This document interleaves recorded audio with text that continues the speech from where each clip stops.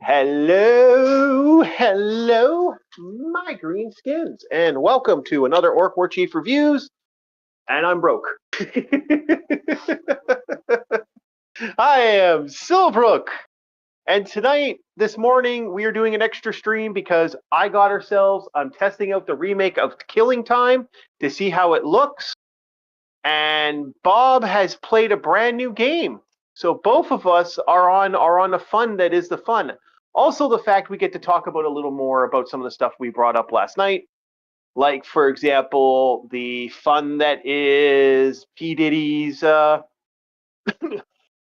P Diddy's fun little thing there. Okay, so we are setting up some stuff and we're ready to go. Yep. I think we're good. Okay. You could also name it P. Diddy's Prison Time, Episode 2. Yeah, we are at P Diddy. Oh, we got a rum panda. Have fun. Okay, someone else is streaming. We got a couple people having some fun here. We're going to do a quick send this out so everyone knows we're streaming, and then we'll get running. One thing that's nice is I know our alerts are working. Yeah. Because I have our streams on the little bell. By the way, hit like, subscribe, hit the little bell. It's working again. We are, yeah, but I'm sending it out to the Discord so everyone knows we are on tonight, this morning. If people want to come in and say hi, they can. So, first that, then him.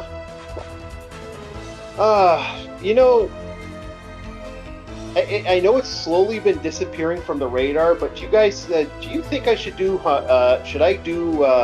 manhunts sometime in the future?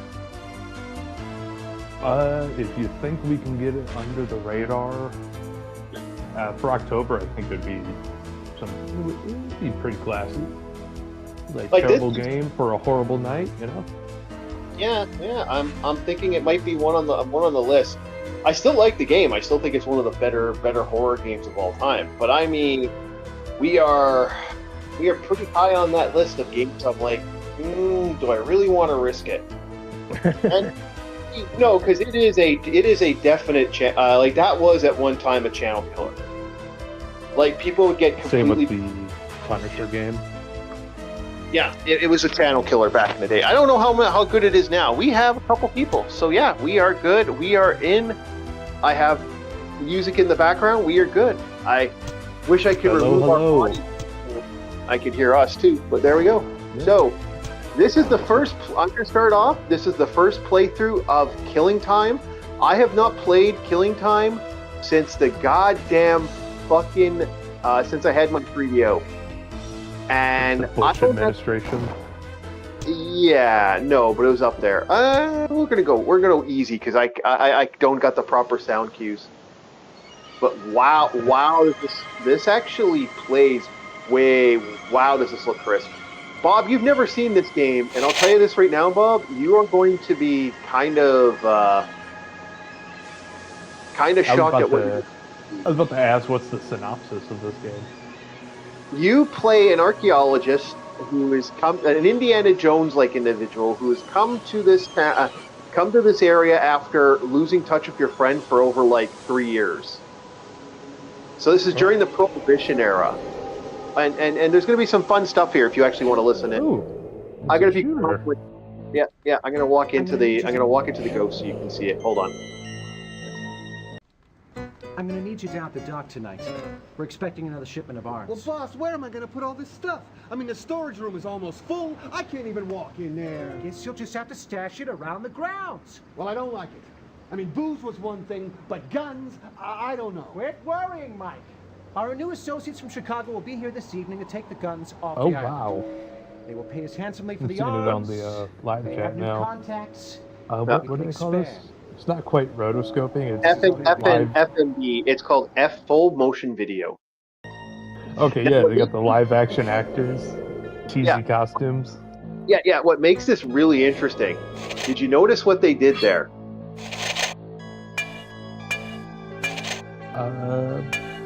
They just explained. Yeah, the Prohibition guy, they just explained why there's weapons and ammo everywhere, because this bootlegger was that. So that explains why you're going to find a lot of guns and stuff, unlike other games where they wouldn't give you that information. Okay. Well, you know what? I respect it. Not a lot of games put that effort in. Yeah, and a lot of this is full motion video. This was 3DO. This was 3DO. Like 3DO at the time was trying to make itself the Big Daddy. Okay. And this definitely has a Big Daddy feel for what it was at the time.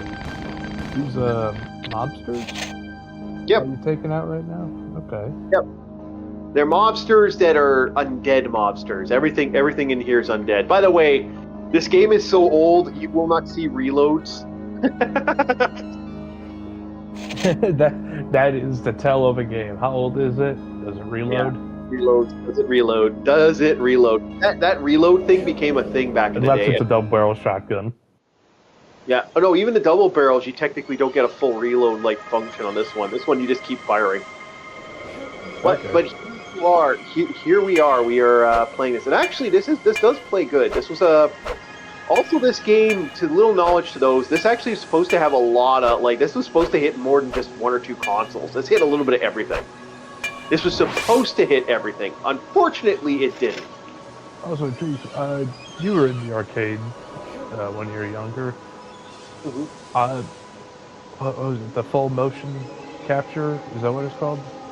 Full motion video, FMV. Full motion video.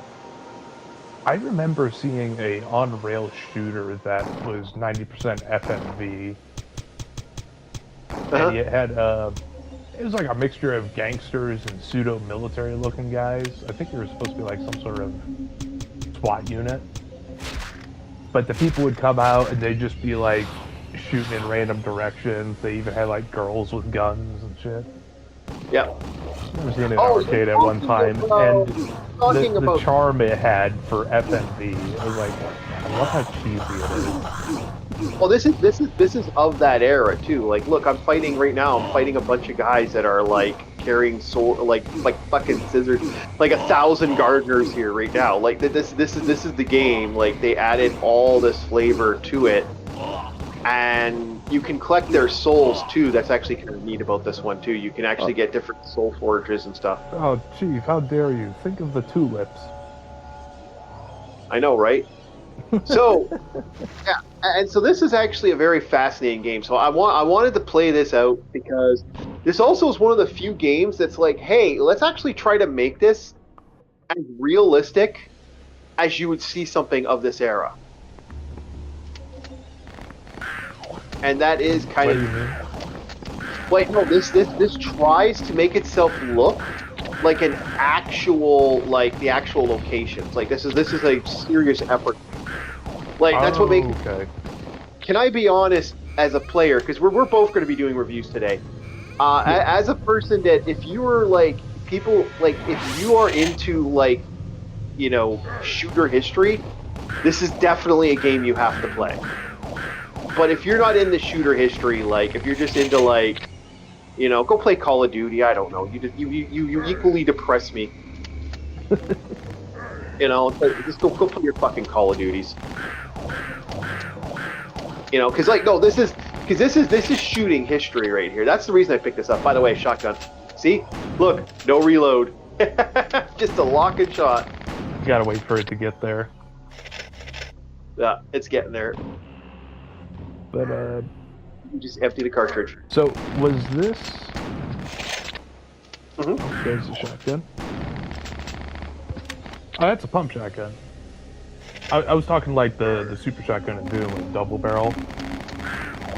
No, yeah, that is a reload technically. Yeah. There we go.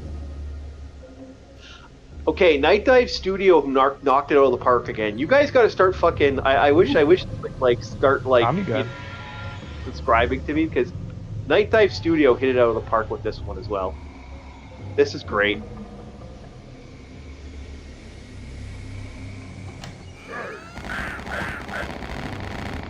It's a little more. You gotta watch out for the spray and pray, but it is actually quite good. I might need to turn the setting up because this is a little like even I'm feeling a little weak, but I'm feeling a little OP'd.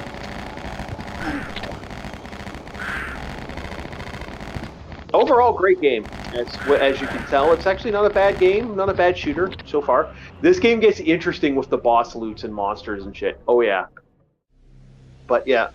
So when you say they're trying to be like legit and real, yeah, was make it look at the time with their ambitions, were they trying to make it like how we have AAA games now, where the people look as real as possible? Oh, here we go. Tess. Did they have that? Help me. Hold on, Bob. Okay. Help me. Please. Gather my spiritual essence from the different symbols which lie around this island. But let's let people see their thing here. Okay, go ahead, Bob. What were you saying?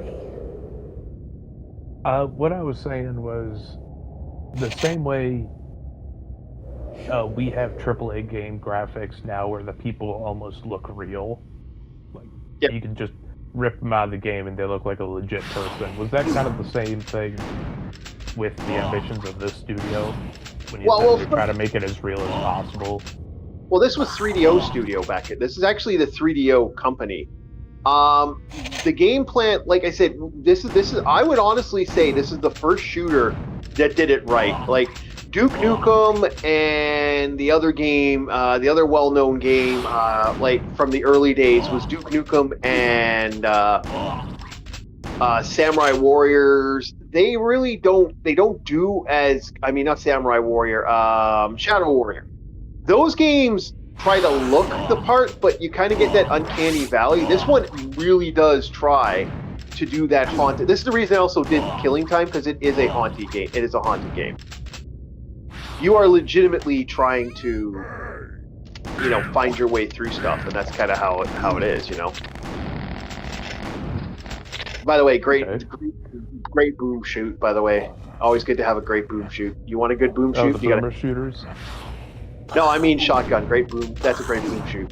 That's like we love when our shotguns are good. Oh, boomstick. Oh yeah, this is a great boom. Ah, you fucker! I wanted that heart. No hot for you. Yeah. So yeah, it's a great game. Now, that's the thing that we really did. I really didn't want to kind of. This was one I was going to be picking up eventually, but it's on sale right now on GOG. Not sponsored. Fucking sponsor me, GOG.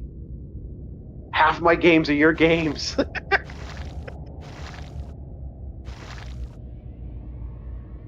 I even like the Egyptian motif, right? Oh, I don't know if you guys noticed that. I'm getting pushed up by the water.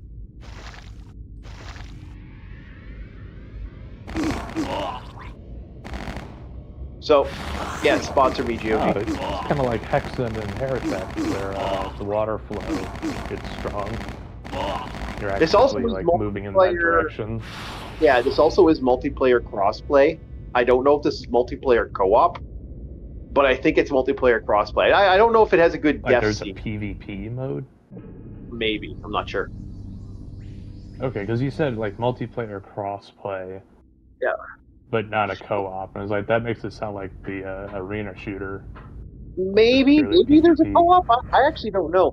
I will admit though, the loading times on some of the areas, because you travel in and you load, like the loading for this was forever. This is so fast. Like here, I'm gonna enter into another zone right now, and then Bob will see it as he comes up, and that was fast. I just transitioned going down the stairs, and bam, one quick shot and I'm up. Okay, back up to the base. I'm gonna start saving soon. Remember, always be saving. Yeah, I should have did a harder setting. Next time I play this harder setting, I just, usually when I'm living, I usually go a little lower.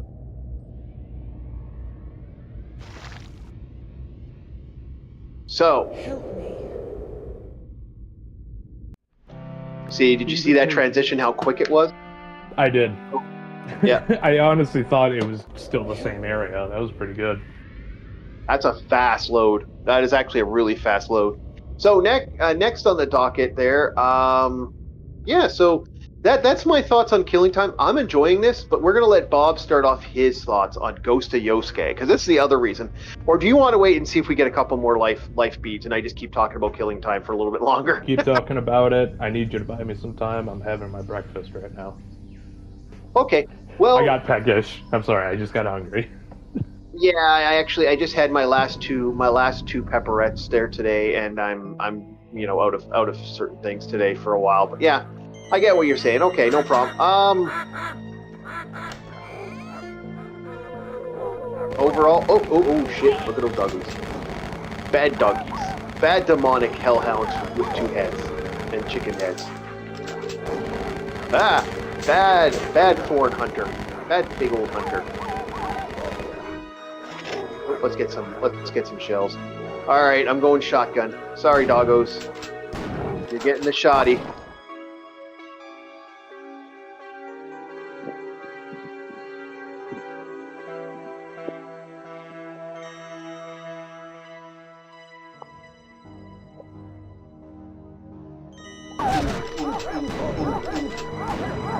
Ah, you damn doggos. Doggos being bastards. These things move. Holy shit. Okay, so. Ah.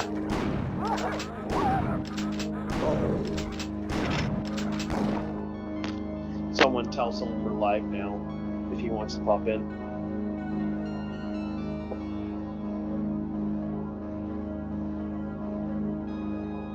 Okay, that person knows. Alright, we're killing doggos. And another box of shells. Hey, we're already fully healed. Holy crap! I don't need to grab that either. Yeah, no, I would. This would hurt a lot more. I actually would have died there because I fucked up, and those doggos can kill you real good. Oh, there we go. Ooh, we got doggo. I mean, it's kind of cool what they did with this game. Like, this game has all this different.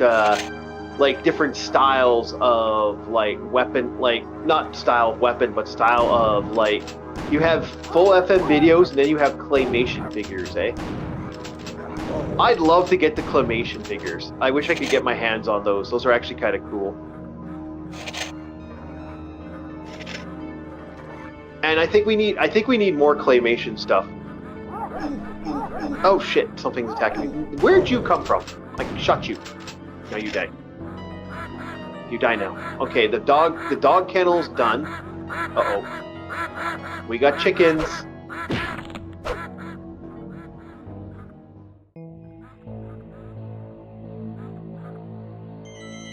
Like, I want more claymation in shooter games. Like, I don't mind the bit stuff, but I love claymation, man. I think claymation in Monsters just has a uncanny valley.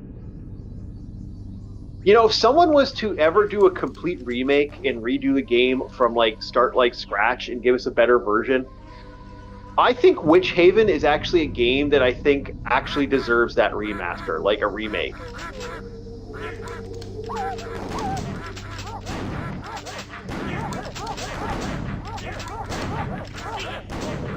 Witch Haven?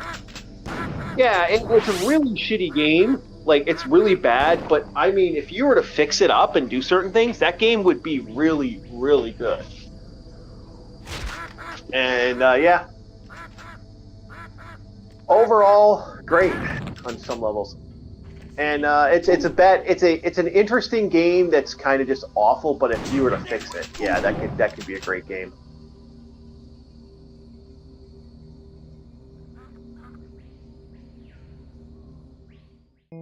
Okay, I think we have cleared this out. Let's move on to the next show. Get away from me, chicken. Bloody chicken. There, go away.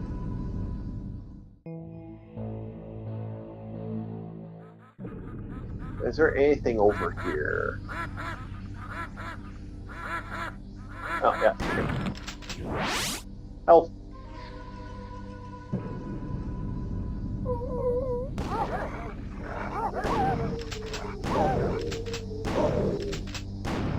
Okay, got rid of them, and move on. Bam!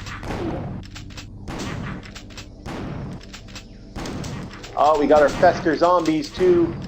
We're getting into the nasty.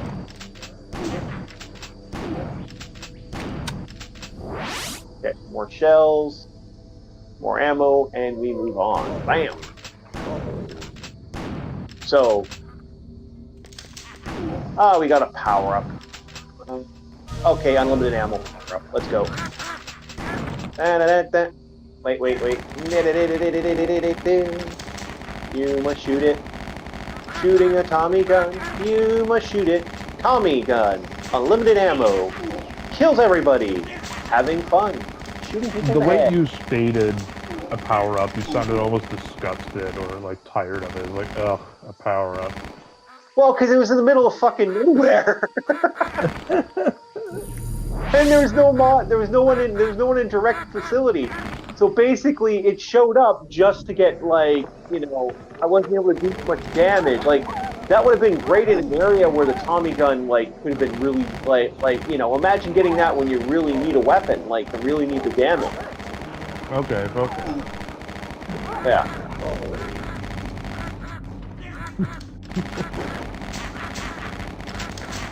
That's what depresses me about this game sometimes. It's like, yeah, they got some weird drops.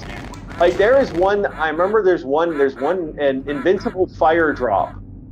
And it's right after you have to clear an area where there's invincible fire. So it's like, wait a minute. So in other words, this is kind of useless because I don't get that invincible fire. That's not fucking cool. Okay, yeah. I can kind of get that. It's Yeah. like having to walk across the lava floor in Shadow Man just to get the tattoo, but you don't have platforms to jump to. Yeah.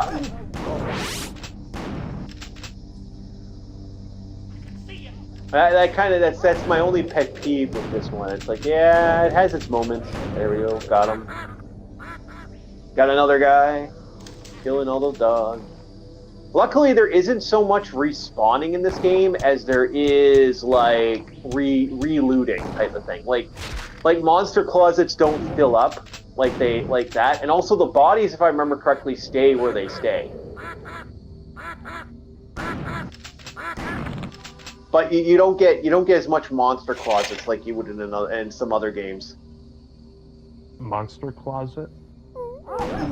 A monster closet is the term used when you have a monster that appears in an area, and just boom, instantly. Oh, here it is. Like Oh, Doom, you open a door and it's a Yeah. pinky right in your face, but it's a tiny ass room. Yeah. And it's like, and then out of nowhere, another room will open up, and there's 5 more pinkies. A good example of this is Doom. Doom was the infamous monster closet maker.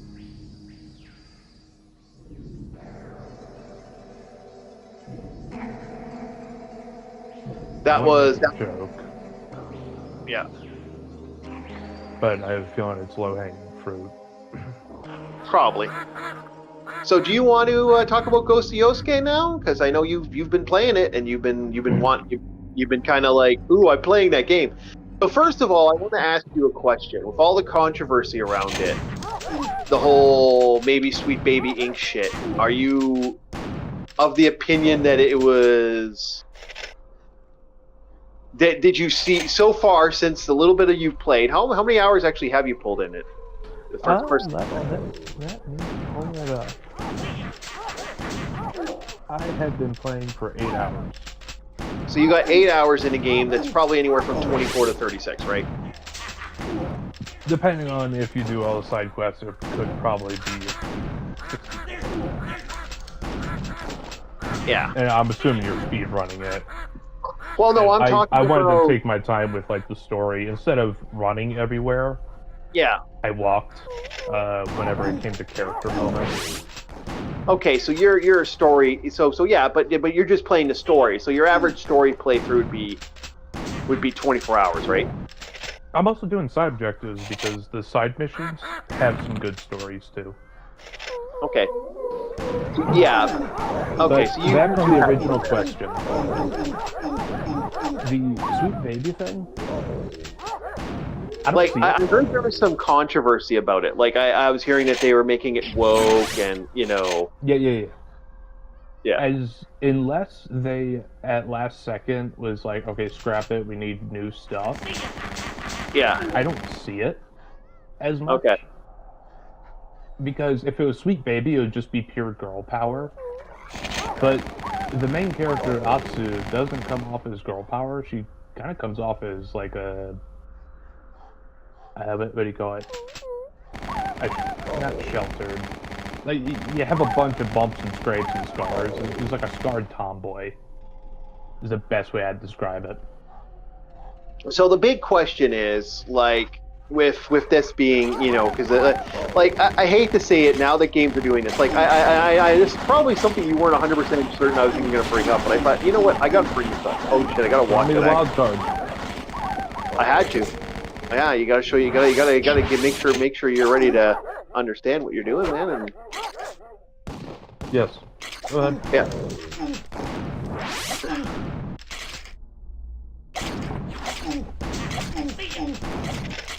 Yeah, you're saying? No, I'm saying like throw me the wild card. I did throw you a wild card, yes, and I was wondering what your thoughts were. Did you feel that this was? I Did didn't you? hear anything? Oh, sorry. I said, did you see any of the woke in this that people are talking about? Is this a game that has a major woke factor in the 8 hours you've played? In the 8 hours I've played, no, No. Okay. not at all. Granted, could be things that I may have missed. There are some side stories I've yet to do, but things that I was like, about, eventually had a reason why they were like that.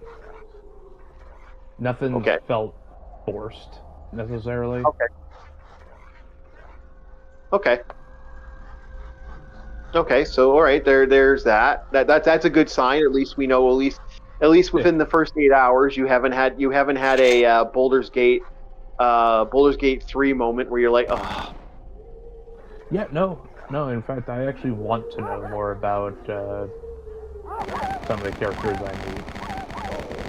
Unlike Baldur's Gate 3, where you get annoyed at the end. Yeah, and the storytelling so far, similar to Ghost of Tsushima, though it's... While Ghost of Tsushima had tragedy around the character, Ghost of Yotei is tragedy around and what has happened to the main character. And some of the moments are actually rather sweet. Okay. So overall, this is looking good then for you on that one. How about For the game? storytelling wise, yeah, I'd say Yeah. so. Okay, so how about the gameplay? We're going to go to storytelling. Well, you know what? Let's continue with the storytelling, then we'll go to gameplay. How's your story feeling? 'Cause usually we do story last. So far. Okay, yeah. For storytelling, so the immediate thing, I'm trying to be vague to not spoil anything, but the immediate thing they do after you get past effectively the tutorial and the tutorial boss, Atsu returns to her home, and you live past some of the memories she had when she was a kid, with her family, with her brother, and it makes sense why she knows the things that she does. Her father is a swordsmith. Her mother may not be a professional musician, but she practices the shamisen. And the only reason why it's not what you say girl power is whenever you spar with your brother, it's you controlling it. So if you win or lose, that's in your hands. But not exactly going into gameplay, but to get new weapons, because unlike Ghost of Tsushima, where instead of it being different sword stances, it's different weapons that are better at fighting certain enemies, you're actually learning. For example, the first weapon you ever get, the dual swords, you spend anywhere from 3 days to a week up there with the master training. And each day, it starts off the hardest, like the bamboo cutting, because you have to strengthen your left arm. It's some of the most difficult inputs, for me to put in. The middle one, not as bad. I was able to get through it. But the last one was very easy, and it shows the progress of the training. And also with the moments with the master knew Atsu's father. So you get to hear things from his side. Okay. By the way, we're doing a little spoil. This is going to have some spoilers in it. We got to kind of warn people in advance. We haven't really hit past a certain point that you wouldn't see in a tutorial or the play mode so far. But yeah, we are going to hit some spoilers with Ghost because you've played 8 hours of it. So some people are going to be like, yeah. I'll be honest. This is first impressions. I'm not relieving more info than the basic tutorial stuff, like the first things you have to do. This is the only part that you're like, segued into. You kind of have to do this. Holy shit, those faces are kind of cool.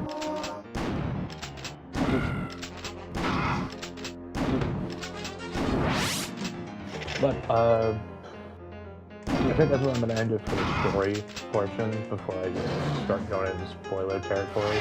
That's why I'm being very vague with everything. Okay.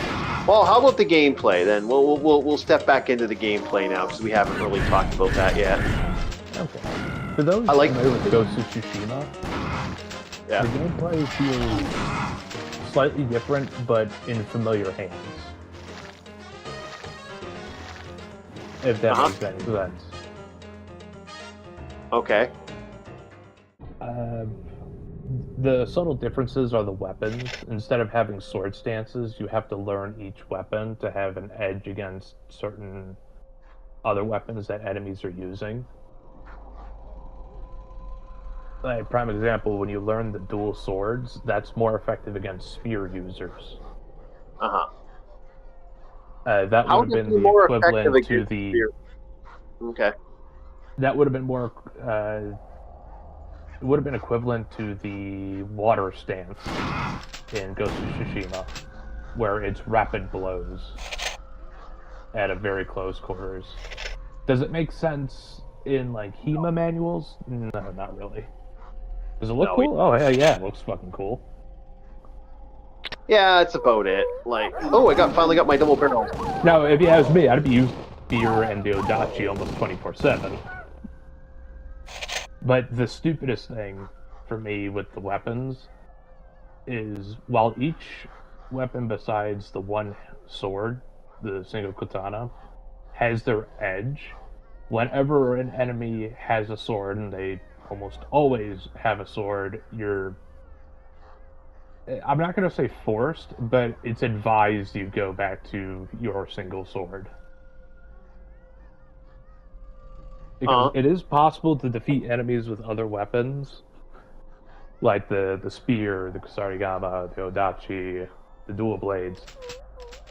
You can't break their stances easily, and you already have like 5 dudes around you. You just want to drop fuckers quickly. You don't want to be playing with the spear, meanwhile you got like 7 sword dudes around you, and because of gameplay reasons, you're supposed to be using your sword. That's where I'm like, I don't like that. The reason I also picked up this game was for the different weapons. Okay, yeah, sure. The Odachi is good against brutes and enemies that are much larger than you. You know, you're throwing the weight of the weapon and flowing with it.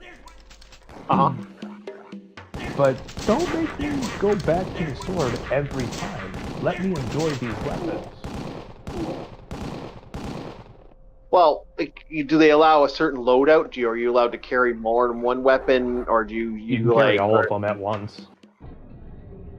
Okay, so that it's a little more weaker than Ghost of Tsushima, because I remember there was like you're only allowed to have so many, but you'd have a lot of different little tricks and tips. Like you'd have throwing daggers, smoke bombs, grappling hook. The only difference in Ghost of Tsushima to Ghost of Yotei when it comes to your weapon loadout, instead of sword stances, it's just different weapons. Okay.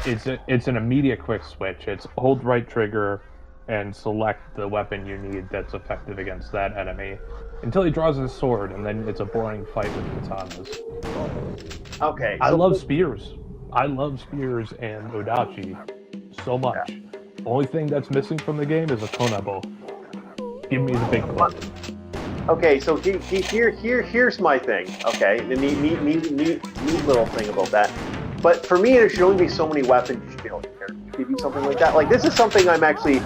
Ghost of Yosuke, although, you know, we truly believe that in the next couple years we're going to be having that certain console, like, consoles might not be around in 5 years. Like, there's serious talks about that just because of the price tag. But overall, I would have liked it if you only had limited weapon use, like you could carry only 6 or 7 weapons. Because take it from someone who's actually carried a lot of swords. That shit's hard to do. It's also very difficult to swap between them. Yeah. Because what your character is technically doing is, I have my sword, I killed the sword guy. Oh shit, there's a guy with the Kusarigama. Let me sheathe my sword and draw my spear in a split second while he's doing an attack, so I can parry him. It's like, at least in Ghost of Tsushima it made more sense because you can swap stances at a moment's notice. That is your body movement. Yeah, but you know, I've been talking about that, and I gotta remind Arus, what weapons does he have on hand, and which weapons, because you technically only supposed to have so many weapons that you can when you're carrying, because he's carrying a lot of swords. Yeah. And I gotta tell him, hey, hell, you know at this what? point, the swords are starting to become his armor. Yeah. Hey, Arus, what's your armor rating with your sword splint nail? I wouldn't do that, man. You don't usually go to place. Oh, look, no, I'm just messing around. But gameplay. Yeah, more gameplay. So what type of tricks? What type of little like timbits and weapons? Like, do you still get the fun little accessories that Ghost of Tsushima had? You have the ability to dress yourself in certain armors that give certain bonuses. The hats and masks can be whatever you damn well please, so don't apply any difference for buffs and stats. That is purely just for looking good. You also have the charm system that's just like Ghost of Tsushima, where it's like, oh, this charm allows you to, if you miss or instantly kill your target, you have a 10% chance to recover that arrow instantly. Small things like that. And recently I picked up a charm where assassinating an enemy automatically loots them. Okay. So here's a question. So you don't get throwing stars, shurikens, grappling hooks, all the little fun stuff that you do. I remember in fact, you start off had. with the grappling hook. That one is not a mission. Yeah. Also, I forgot to mention this with the story part. Atsu is a mercenary. She is a sword for hire. To where I can't remember the protagonist's name in Ghost of Tsushima. Either way, he was a samurai. So he had to get the grappling hook and learn the technique from someone else. Actually, not really learn technique. The smith, honestly, spoiling the you should have played it by now if you're interested, that kind of thing. Yeah, spoiler alert. Yeah. Yeah. The blacksmith, who's the brother to the thief lady, he creates weapons because he's inspired by the myth of the ghost. The Ghost of Tsushima. So he makes not only the ghost armor, that's the armor that's on the front cover of Ghost of Tsushima, but also the grappling hook and some of the tools. Yeah. And also the time difference, I should specify as well. This takes place in the 1600s. Black powder, aquabuses, and pistols. They're not the most common, but some enemies do have them. Now, do you get? I'd imagine, from what I've seen from trailers, yes. I've yet to get my hands on them because I'm still very early game, and I think late game I'm gonna start running into a lot of black powder.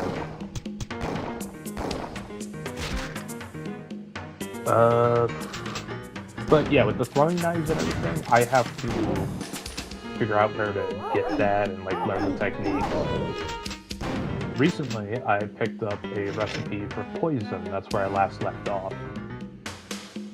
Okay. So that's likely like poison throwing knives and shit. Okay, so it does have a lot of little bells and whistles that Ghost of Tsushima. It just Yes. it's the weapon thing's more of a thing. You actively have to go to the area of the master and seek him out. Okay. So I was like, oh, in this area I heard rumors, because that's also where you get things. Atsu as a mercenary doesn't instantly know where everything is, so either beating the shit out of the Ronin that attack you or asking commoners is how you get your information. It's like, well, I did hear that the master lives in this area, and she's like, okay, thank you. And then your what is it? Your radar effectively like gets smaller and smaller until you know the exact point. Okay. Not literally. In some cases, it's like, okay, this rough area, nothing's marked. So you gotta ask like maybe 2 or 3 more people. And then it's like, okay, now I have a full picture here. I know what I'm doing. So how much does this game hold your hand, like, compared to... Because that is a common complaint I've heard a lot of people say. How much does this game hold your hand compared to other like RPGs and stuff like that? Is this like a heavy holder, or is this like a small little? I haven't turned off any of the tutorials because I expected them to go away after a while. I'm still learning new things. As far as hand-holding, I'd say if I was to scale it, like 1 meaning you have no help, get fucked loser, and 10 is you are forced to be here every second that I tell you to be. I would give it about a 4.5. Like when I say hand holding, I'm referring to, like, for example, well, I'm playing this game.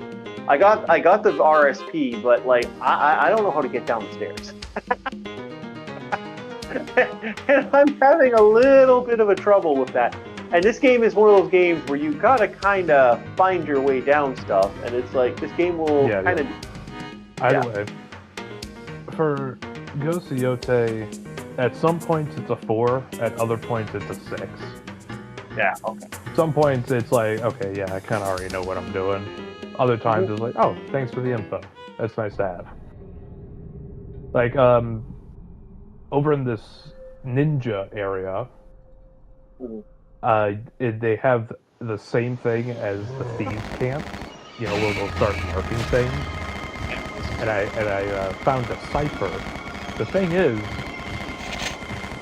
granted, I'm different from everyone else. I'm a sailor. I recognize symbols, and I pick up on it quickly.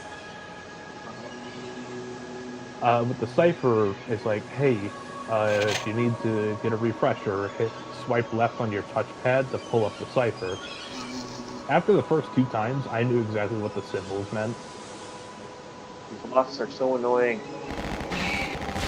Gotcha. But you get what I'm saying, is like, there's only 7 symbols to remember.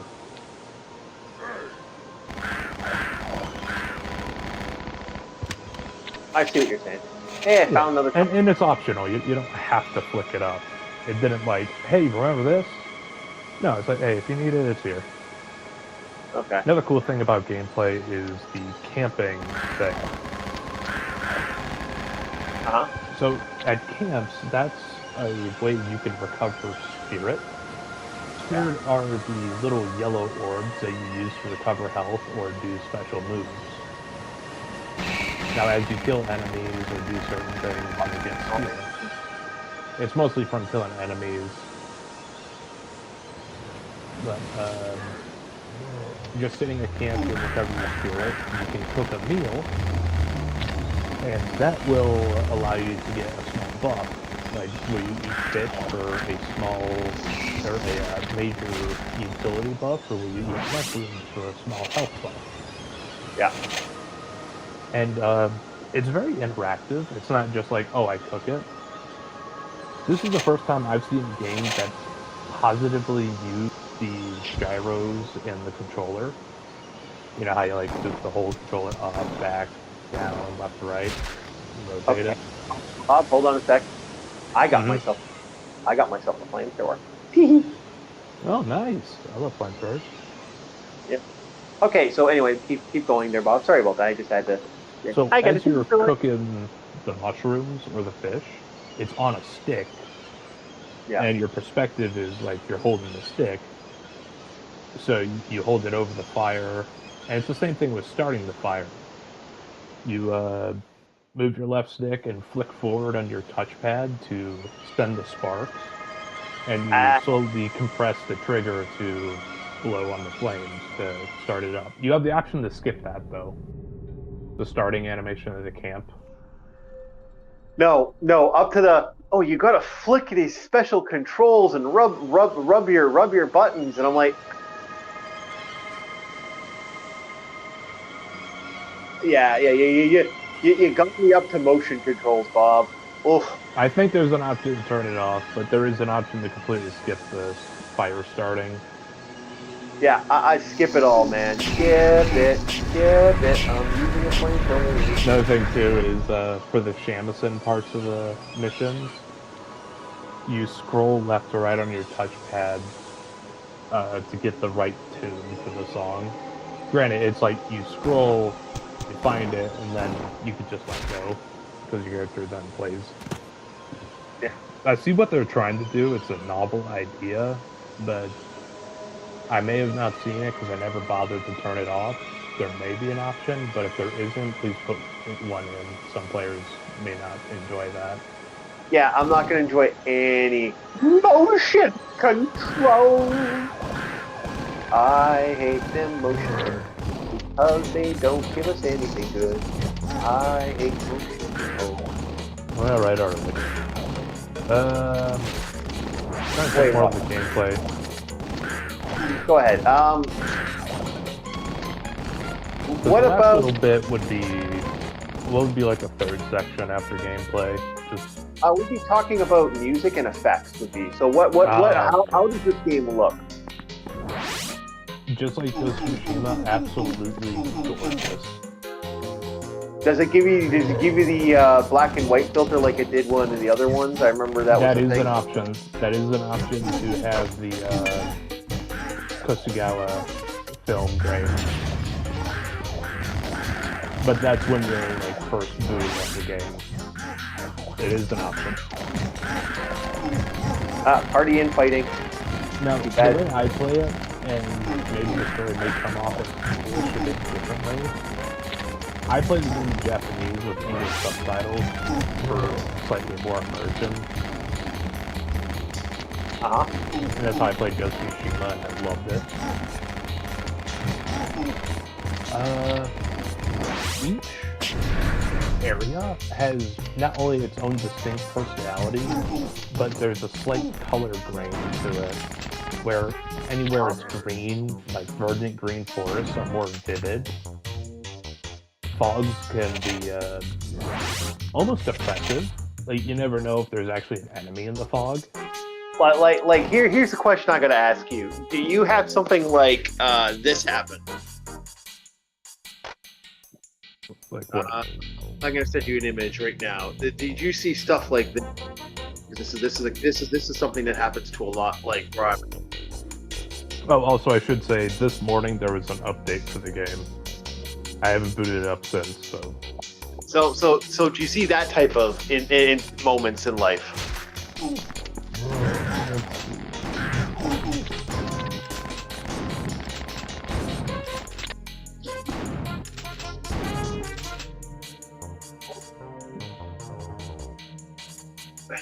I gotta stop shooting the Molotovs. I guess kind of. It's more of what you say lively.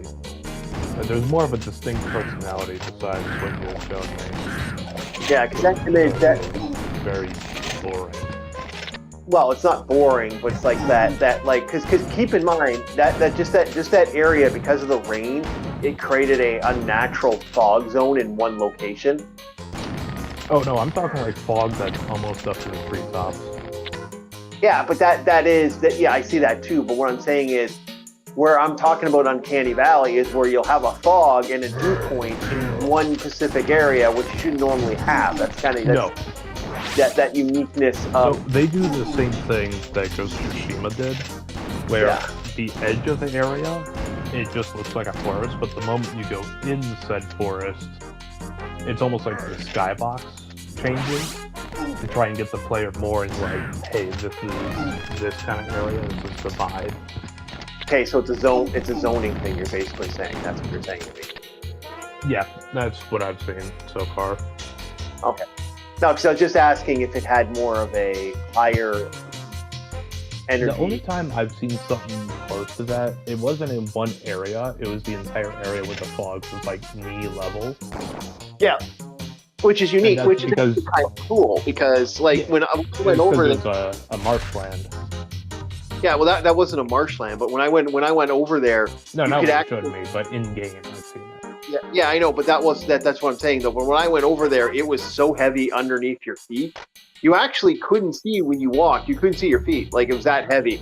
And it's kind of that Moore's goddamn fucking power that I can't use because I killed everything. Shit. Anytime I walked in a foggy forest, my guard was on alert. Because also, as you're playing the game, Atsu is a wanted individual. She's being hunted by Ronin all over the place. And at any moment, you could just be rolled up on by these guys. They could be walking the roads. At least in the ninja area, I've been ambushed multiple times. Okay.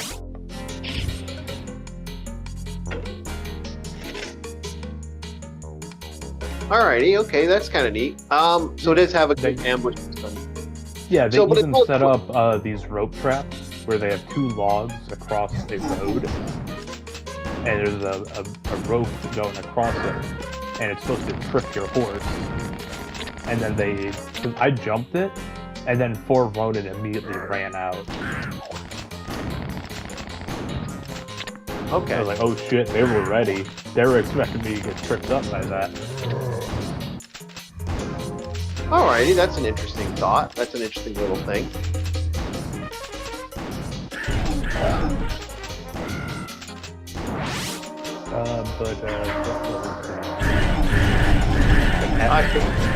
Oh shit. And music. The music. So along with that atmosphere of music, the way not only is it filmed, but also because of the acoustic guitar, it has a very spaghetti western vibe. Okay. Like almost like samurai cowboys. Because in the tutorial, when you're rolling up on a place for the tutorial mission, you're walking through the town and these people are like looking at you and like running away or, getting back in their homes. Some parents are like grabbing their kids and ushering them back into the house. And I was like, oh dude, this is straight up a spaghetti western vibe. Well, they kind of stole from each other. If you a little bit of history for those that don't know. Go ahead. Let them. Yeah, no, that's all I had to say. Okay. So yeah, they overall definitely took inspiration from each other, and I could see it in both, like Good, Bad, the Ugly. Yeah. In some old samurai flicks. Okay, so how about the music, Bob? What's your thoughts on the music? It's interesting to mix Eastern and Western music styles at certain points, but I see their vision. Is it Samurai Champloo interesting, or is it? I've yet to watch Samurai Champloo. Oh, should definitely watch that one of these days.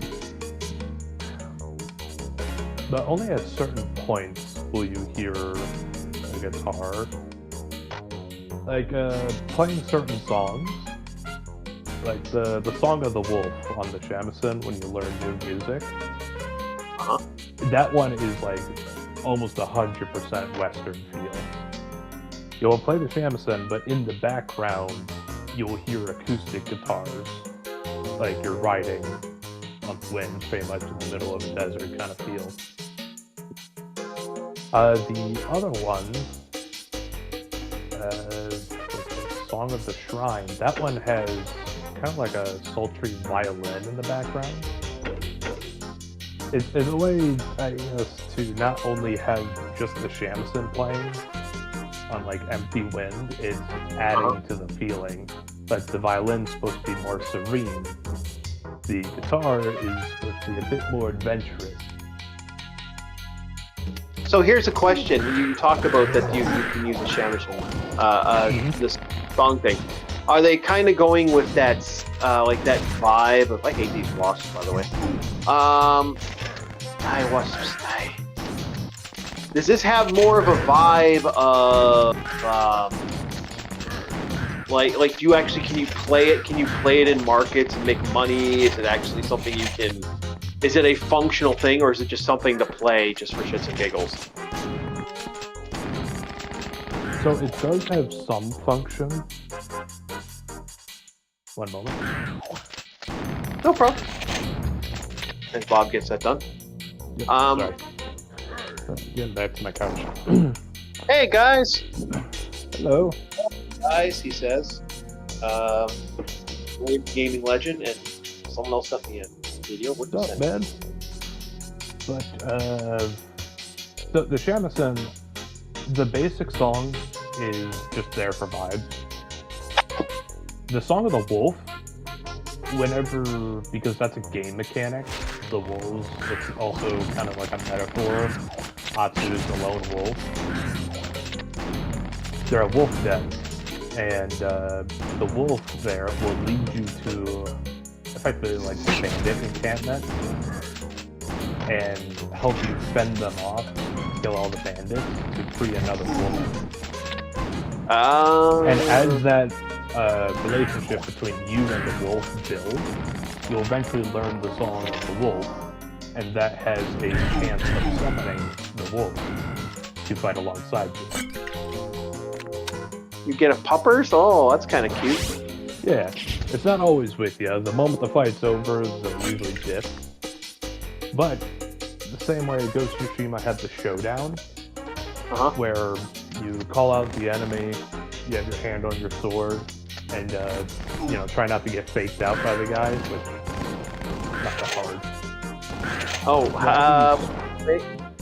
Yeah. Hold on. We got someone here.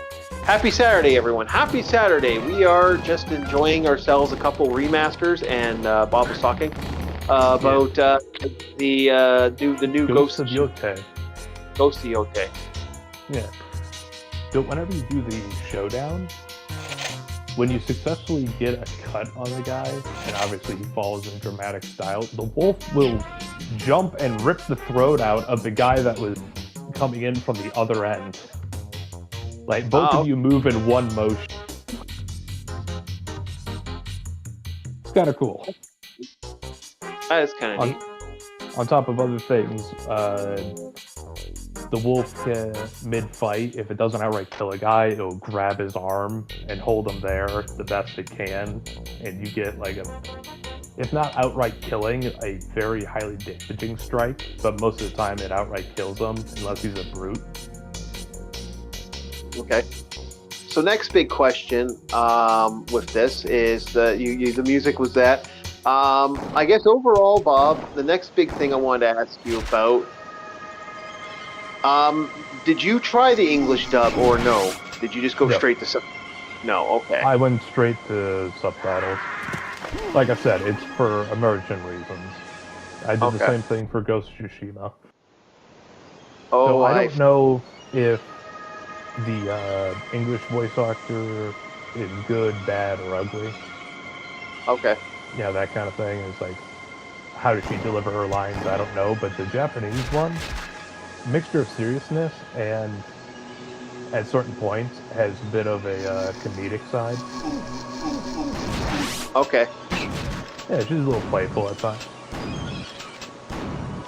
Okay. That's why I say more tomboyish than girl boss. Okay. Yeah, and I'm playing a couple. We are playtesting a couple of the games for the for the house, for the shows here, and I think the last one would be glitches. Yeah, glitches would be the last one if you want to talk about glitches. Is this game glitchy mess, or is it actually? good Outside game. of a few that I found, it runs almost buttery smooth. Okay. There's been one time where I call my horse, but instead of running to me, it runs the other direction. What the fuck? Get your ass back here. Had to run him down.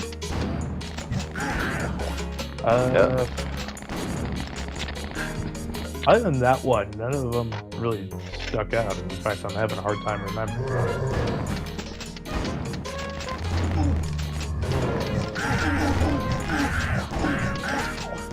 No sequence blocks that I ran into, no soft blocks. Other than my horse acting weird, and sometimes the AI can be a bit funky at times. Not too bad. It's pretty much Ghost of Tsushima. Okay. Like I said, they just had an update this morning, so what I could We'll say see is this update. it's outdated. It's glitches. Might be better fixed now, eh? Yeah. Okay. Ah, damn it, I shot the ammo again. Fuck. Kinda hard to get Molotovs when I keep shooting it. Alrighty, I so think yeah. the last bit would be if somebody wanted to buy the game. Yeah. Actually, if you like the sound of what I've stated and you like Ghost of Tsushima, I'd say, yeah. If you can't think of any other game to play, or maybe you're itching for another Ghost of Tsushima, go ahead and pick it up. Okay. That's one Oh, pretty well. solid. Sounds pretty solid. I'm not gonna. I don't see any. Don't sound like something. If I had a PS5, I might consider it.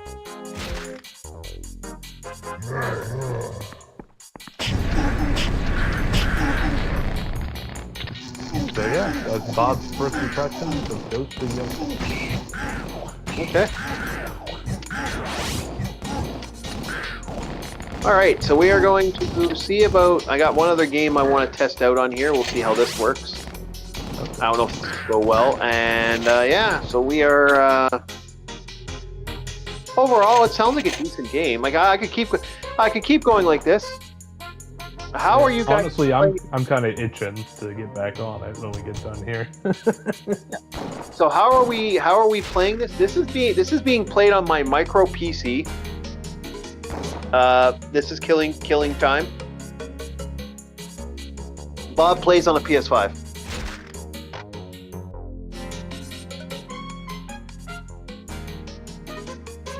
I'm currently talking on a PS5 as well. Yep. So I'm Please gonna don't mind the Burger King microphone. These were $20 earbuds. I'm gonna see if there actually is a. Oh no, there isn't. I thought there was multiplayer for this, but I guess there isn't. So we're gonna see what's next on this list of games. We're gonna go one more game on here, see how this works. I might need to do another screen capture. We'll see how this goes. We have played Mullet Mad Jack, but we got one more game I want to play. We'll see how this goes. Okay. Yeah, we'll see if it goes. We got sound, we just don't got gameplay. We'll check out gameplay now. Okay.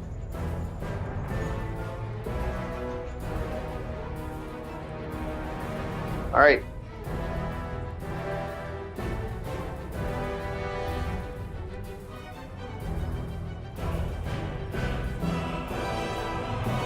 All right, there we go. Wizardtonium. It's good. We are live. We are live. We are here. And you can see us in the background. Well, I can see us in the background. You guys can't. All right, here we go.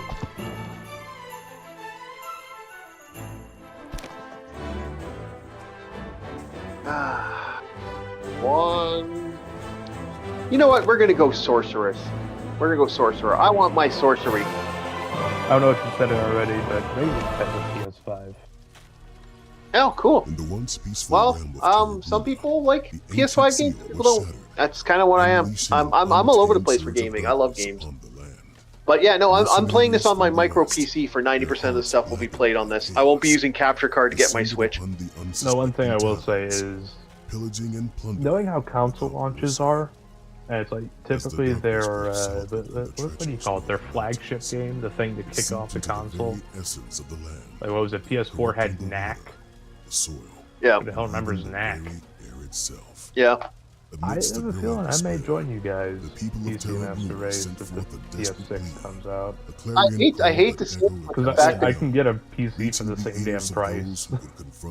Well, no, you get a PC for cheaper than that, and it'd still be doing the same thing or even better than what you have now. What's the point, right? Like, Yeah. I don't like that that's happened, but like, I like Bob. I could. There's so many games I have. Like, look at this right now. I'm playing Wizardtorium. Like, I also am gonna get head on eventually. Like these are easy games to get my hands on. Like these aren't hard to get.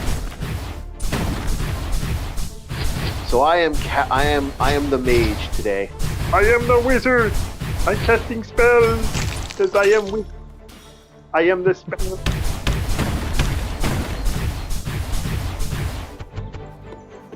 So we are our town has been invaded by the evil goblins, and we are to kill the goblins. We must kill the goblins. Does that include our cameraman?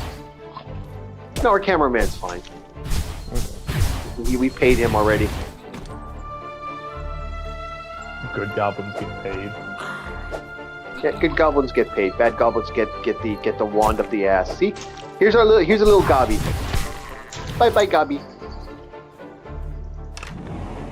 Now remember, this is only a video game. We don't pick on our gobbies. Oh wait,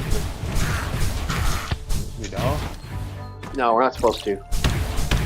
They have a human rights board, and I really don't want to deal with that. Oh yeah. About that, you've making something in the mail of going to one of those in the future for one of your subordinates. It wasn't me. It wasn't me.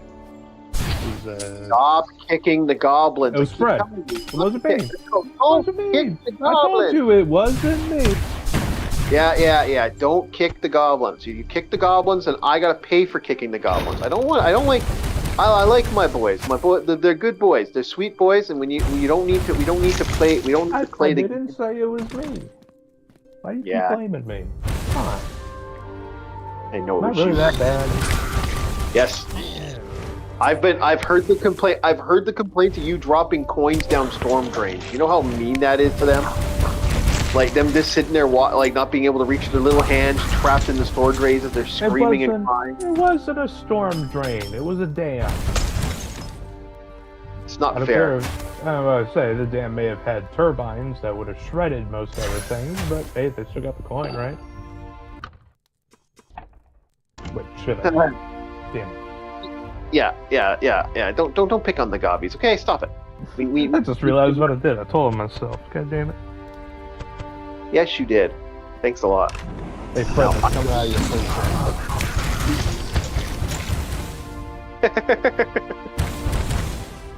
Remember, do the corporate life. Don't take personal responsibility. Just steal from your subordinates. Yep, that is the rule. Make sure the people above you are always right. Now we got to fight the orc queens. We don't want to pick up the orc queens either. But this game, when I saw this game, I was like, "Holy shit! Does this game look good?" And I've been wanting to play this since it got finished. There are 4 more shooters I'm actually considering. One of them is Cultic. Is the other one I want to pick up, but I heard it's not on GOG, so I'm like, You're not on GOG, then what good are you? Because I don't like getting Steam. I'll get it if I have to. That's kind of how I feel about Steam. This has a very old school like Wolfenstein-like feel to it, and I really do like that type of style.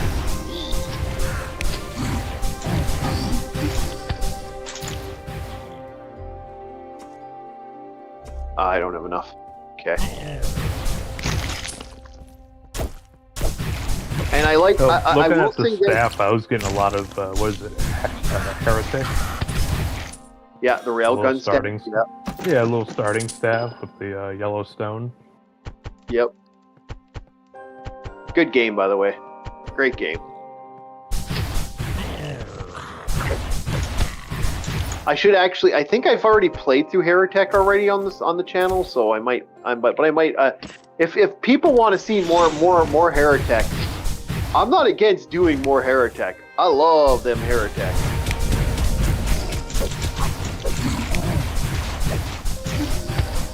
Ooh, that little bastard got me good.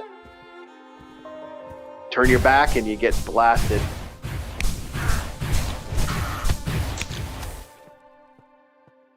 Fuck, this game can be rough. Hey, drink? Yeah, I get drunk. My only disappointment with Heretic is my favorite weapon, the one that's not the greatest. Oh, the axe or... No, the Necromancer's Gauntlet. Oh, yeah, that is kind of shit, isn't it, if you think about it? Yeah, it's only good on like single target use, and even then it doesn't always stun an enemy. So it's basically a chainsaw from Doom, like you said. Yeah. But, I mean, it's cool. Alright, green lightning on my fingertips, hell yeah. Yeah, when you get the power-up version, that gets broken, but until you get the power-up version, the game's a little rough.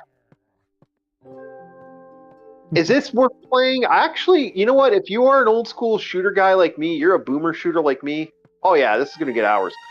I got Madman or Mad Bullet, Mullet Mad Jack, which was really fucking good. Overall, great game. Then I got this one, and I'm like, yeah, no, I'm getting some good games worth picking up now, and it's actually kind of happy about that. Although I really shouldn't be spending my money like that. That's a bad idea.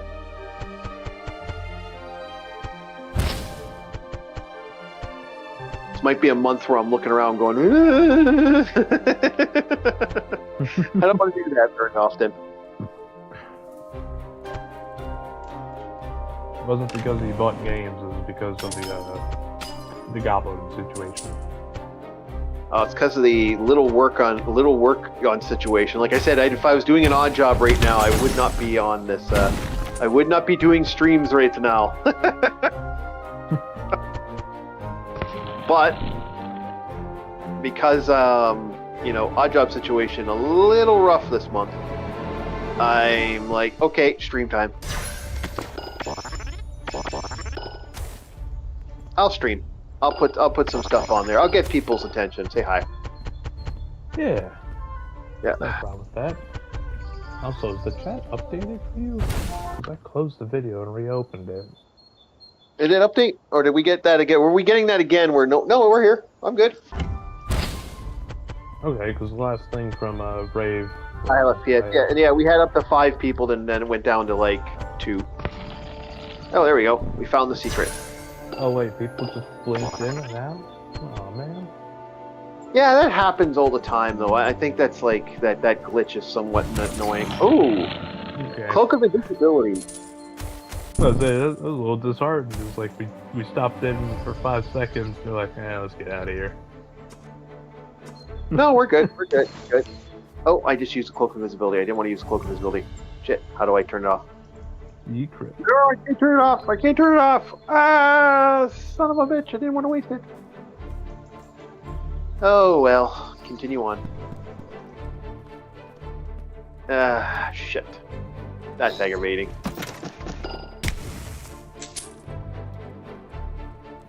Whew.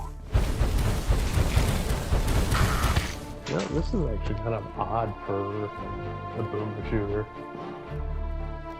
What? Typically with boomer shooters, I'm used to like a really dark color palette. But this is almost Although like, it's very colorful. Yeah. Yeah, very colorful. It's almost like, what is it, Dragon Quest? Yeah. With how vivid the bricks are, especially the outside area. Yeah, it actually looks cool. I like it because it looks very. It has that cartoony feel to it that actually I don't mind for a game like this. It's actually the games I like. I like that cartoony style, man. Kind of like Overlord. Yep. Yeah, exactly.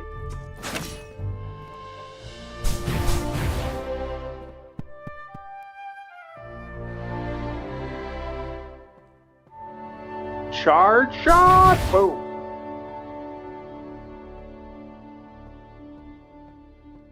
Overall, great game. Fun, worth playing. What do you? Vivid colors, nice. It plays silky smooth. Like this really does play really good. Looks like it. That's for sure. If Al was watching this, he'd be having motion sickness. Hopefully not. But no, we got ourselves a good library today. I have actually I'm almost done the first season of Earthworm Jim. I got to get the second season up and running.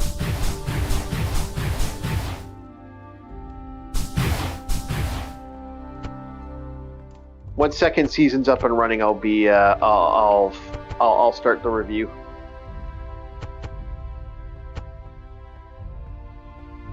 It is a show of extremes, though.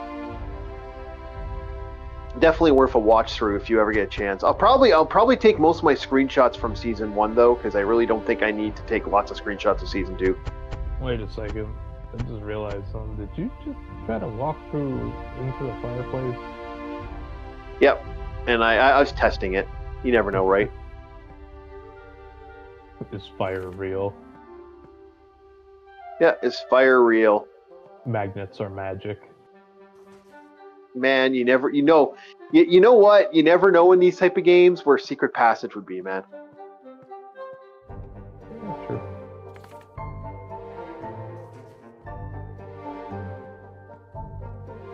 That's how life is, man. You never know. Oh, look at that map pull-up animation. I like that. It's not just generic map with you as a dot. It's like, oh, you got the actual hands of the character and it's pulled up. Yeah, kind of neat. I agree. Yeah. And that was the secret area I found. There's a lot of charm here. Yep. This opens elsewhere. Where does it open elsewhere, though? That's a question. I guess I'll find out later. Okay, let's go down the second floor. Ah, rat! Giant feral rats! Giant feral rats! Feral rats! Feral rats! Feral rats! Die the feral rats! Okay. Time to get those wands on. Search. Hey.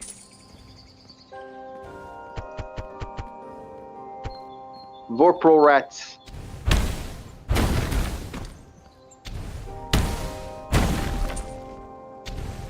Now that is either a trap.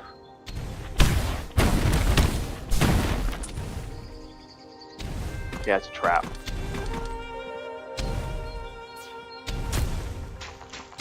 Oh, Chief, what's the true definition of Vorpal?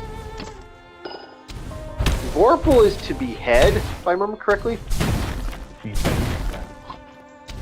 Yeah. I can't remember the actual... I'll have to look that up, because I remember it had something to do with the... Not vivisection, but some sort of beheading.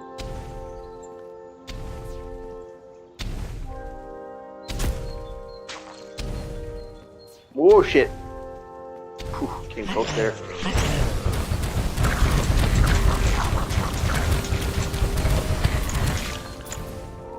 Gold. Nope. Boom. Boom. I do like that you got a secondary shot, eh? You can actually fire off your weapon. That's kind of neat that you can secondary. Whew. Yeah, not a lot of games allow you to do that. Especially like boomer shooters. Yep. Yeah, exactly.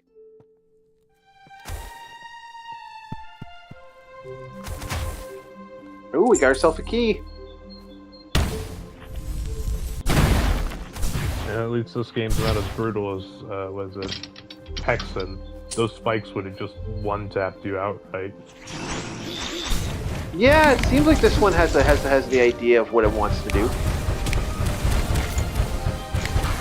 That was the biggest piss off for me because I thought it was like a tree trunk, the giant spike trap, but no, I just exploded when I touched it. That is that game, man. You gotta understand that that's how that game operates.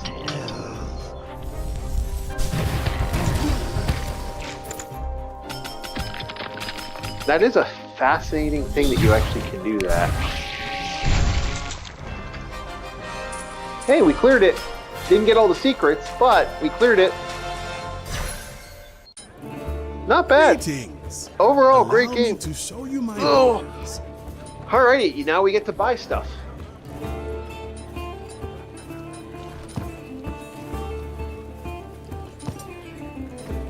No items yet. Don't have the cash.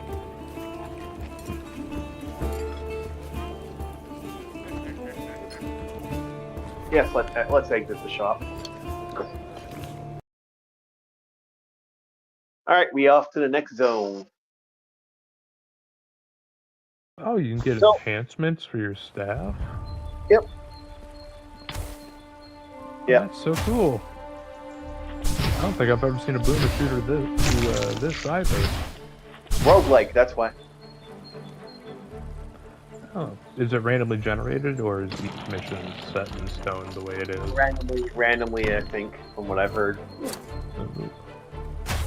Ooh, look at this place. You can play this, I believe. I believe this is on your console. Let me see. What is this game called? Wizzatorium.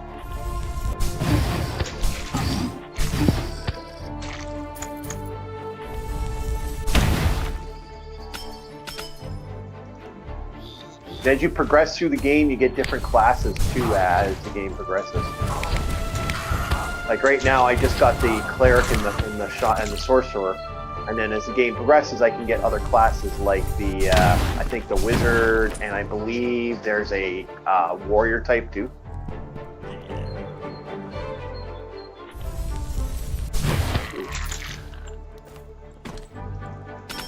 I believe it's on your console. How do you spell it? I actually have to look at it. That's the problem.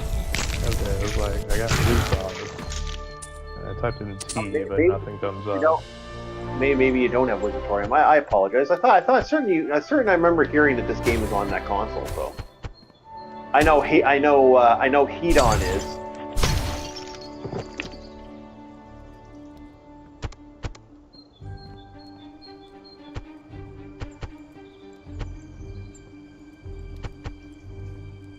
But I like a good boom shoot. What can I say?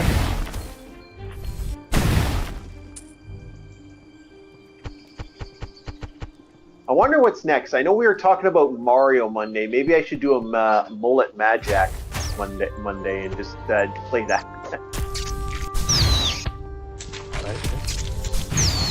Could be. Oh, more vocal rats.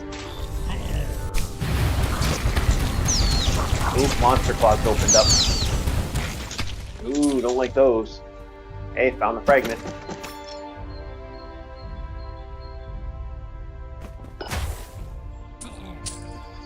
Alrighty. The body. Oh yeah, this is good. Not. Item. Ooh, a helmet.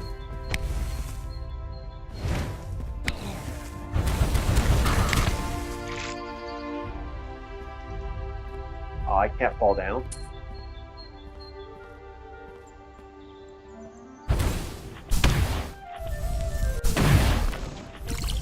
Honestly, this also plays really good with a controller. I think it's like Wizzatorium, or I'd have to look it up. Give me. Let's finish. We'll finish the live stream, and I'll point you in the direction of it. 'Cause I was pretty certain this was on the PS4. Okay. Also, Hedon is not here as well.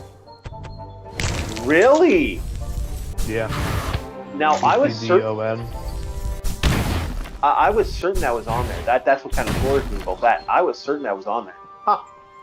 Oddly enough, when I typed in Hedon, before I added the there's DLC for Gigabash, Godzilla Nemesis DLC. Huh. Apparently it looks like some sort of kaiju fighting game. Yeah, I know. Yeah, I know Giga Bash. Actually, that did look good. I'll have to. I keep forgetting that exists. I'm gonna have to find that one. That one was an interesting one. I am fascinated by that because I was certain. Ooh, we got a Frostweaver. We got our nail gun, boys.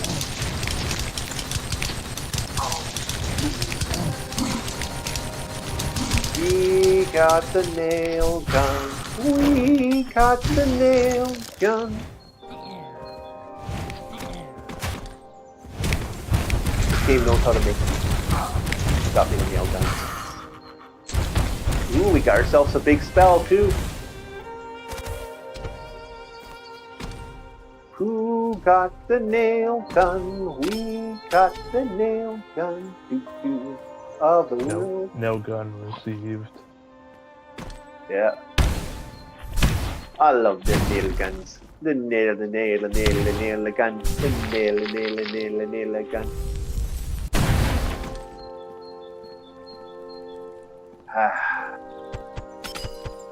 God, I can't even. You know, it's weird the things you remember.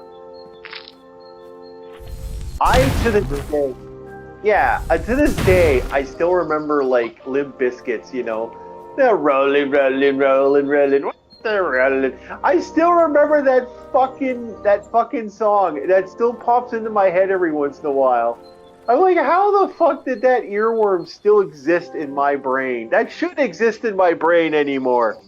But here I am, you know. Hey, here I am. They're rolling in my game. It's just like my brain is just like registered that. It's just crazy that I even remember that. I'm damn near in my late 40s. I haven't listened to Limp Bizkit in like fucking 20 years.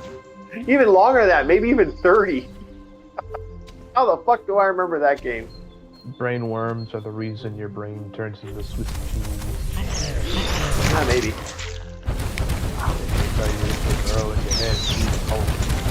Yeah. If we don't have LCX, I could have fun with another music montage. I'm actually shocked LCX.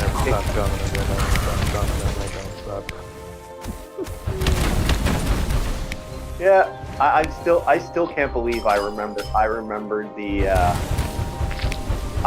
game. I remember some of the soundtracks I have in my head. Like to this day, it's kind of funny. So I'll have to look into that Crowder thing still. I haven't heard anything since last night, so I'll look into it again. But yeah, it looks like he finally went to Diddy's. Finally getting his baby oil treatment. At long last, what was it? 50 months, 4 years. Diddy did it. If Diddy did it, he definitely did it, and he did it, and now he's paying for it.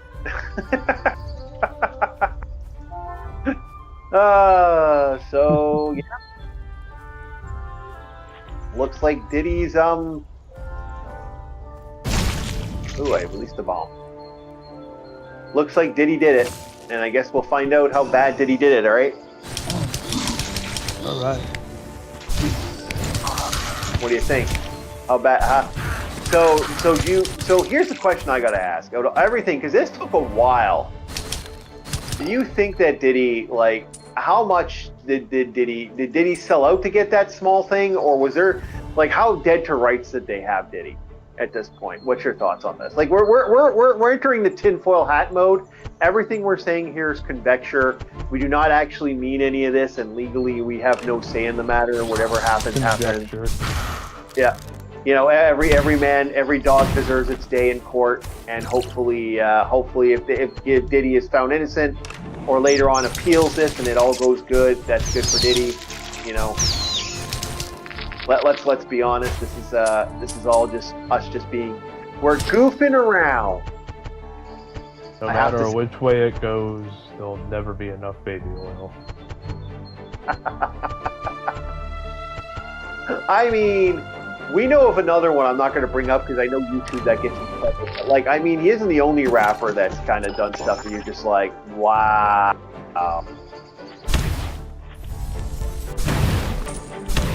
But the thing about Diddy is he made his fame being how to put this without sounding kind of weird. he made his fame being in a nutshell, a party promoter. That's actually how he made his career. A lot of people don't understand that Diddy's life cycle was that of the party planner. That was Diddy's start, his rise to fame.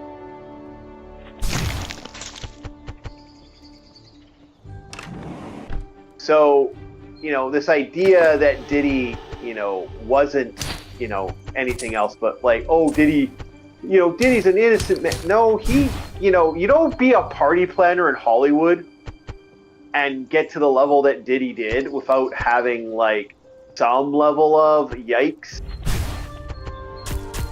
Again, I ran into the fire again, testing the fire.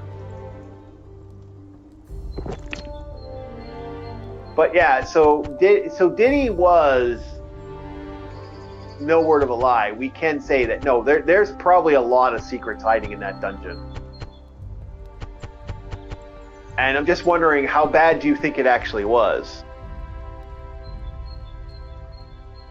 Do you have an idea? Do you have a feeling of, oh my lord, the Diddy was big, or was it just like, who cares? You had the next upgrade, the WD-40, WD-70.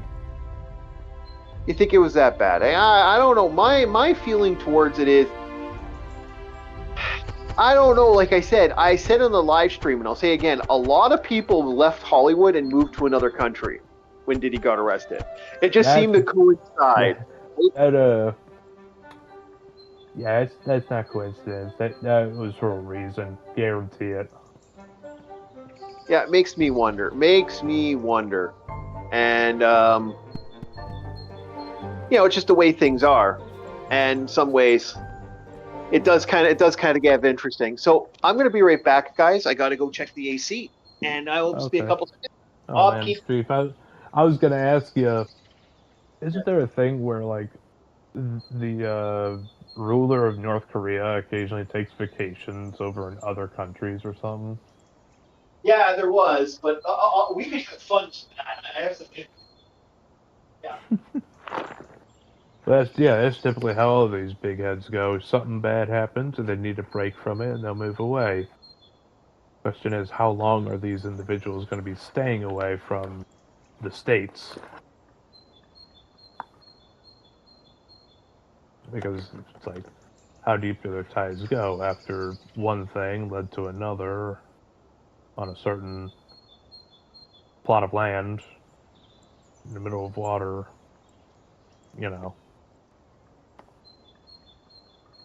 How far is it going to go if it does lead to anything? Okay, that guy has an interesting. Being as vague as possible. I'm being as vague as possible, just in case. Yeah, North Korea was interesting with the beast as a whole. So.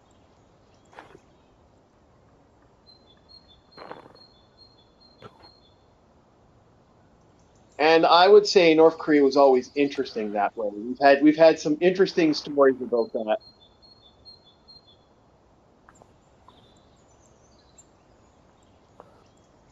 I'm still of the mindset that the people of North Korea don't 100% believe the propaganda, obviously.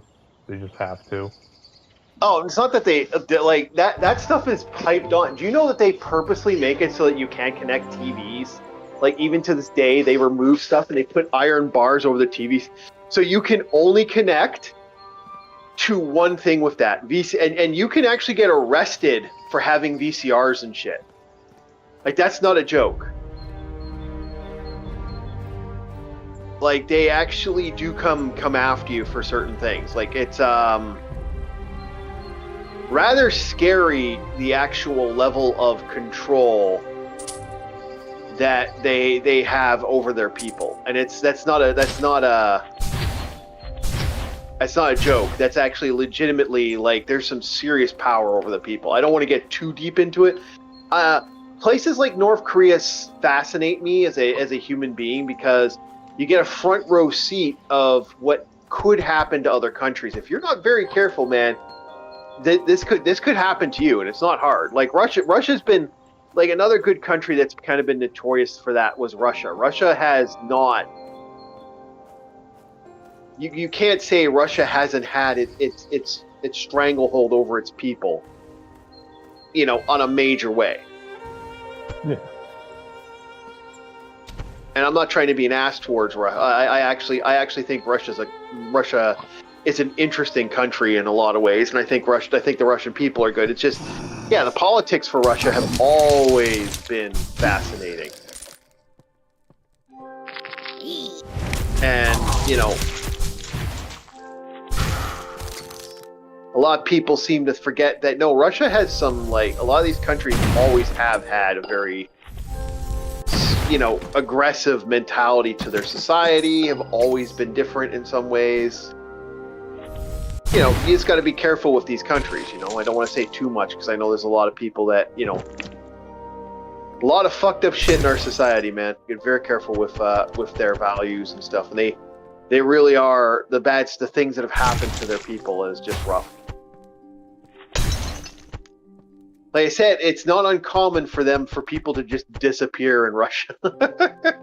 Like, bye! A bunch of trucks show up and you're gone. Canada isn't that bad yet. But yeah, I do fear that, because that is something that could happen to any society if you allow the government to have too much authority. Yep. Fear and respect the people. Must be balanced. Yeah, there must be a balance, and there's, like I said, when a government doesn't fear its people, man, that's when this shit breaks right the fuck down. You see it time and time and time again. This isn't new, by the way. This isn't like, oh well, this doesn't happen. No, it's fucking, none of this is new, man. That's why I warn people. You got to be very careful with, like, governments. You got to, like, be a part of your government if you can. Like not, you don't need to be ahead of your government, but you have to have structure if you really want to make sure that the government's doing what you think is right. You have to have that control. Yeah, so you have to vote and get out there, you know. Make your voice known. Yeah, make your voice known. Volunteer also if you can. Like, don't help out the local community. Always goes miles. Yeah, you have to be active. If not for the people themselves, it'll actually make you feel better about it.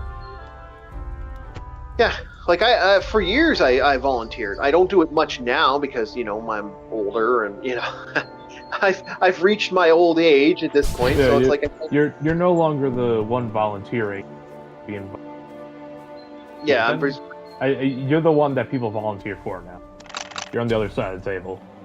I've been on both sides my entire life, on and off. Yeah.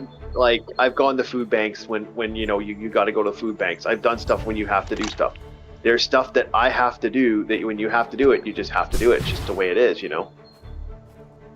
Nothing wrong with it in any way, shape, or form, man. You gotta live your life. You gotta live your life. Anybody who says, "Oh, you shouldn't do that," I'm like, well, try. You know, you gotta. If you don't have your, you don't do what you can, man, you're gonna suffer later.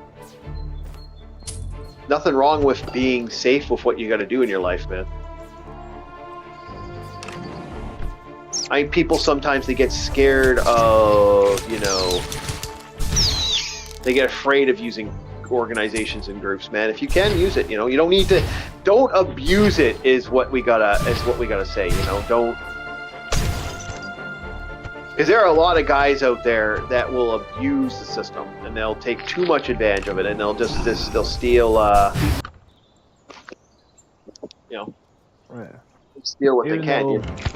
Even though being a veteran is one of the highest honors I could have, there are still some people who are kind of dirtbags. Oh yeah, you mean one guy who would steal food that we're not supposed to touch. And then give it off to his daughter, who would be like sitting in the parking lot just out there. But he would always feign ignorance. We're like, oh, I didn't know. Yeah. Oh yeah, I ran into people like that.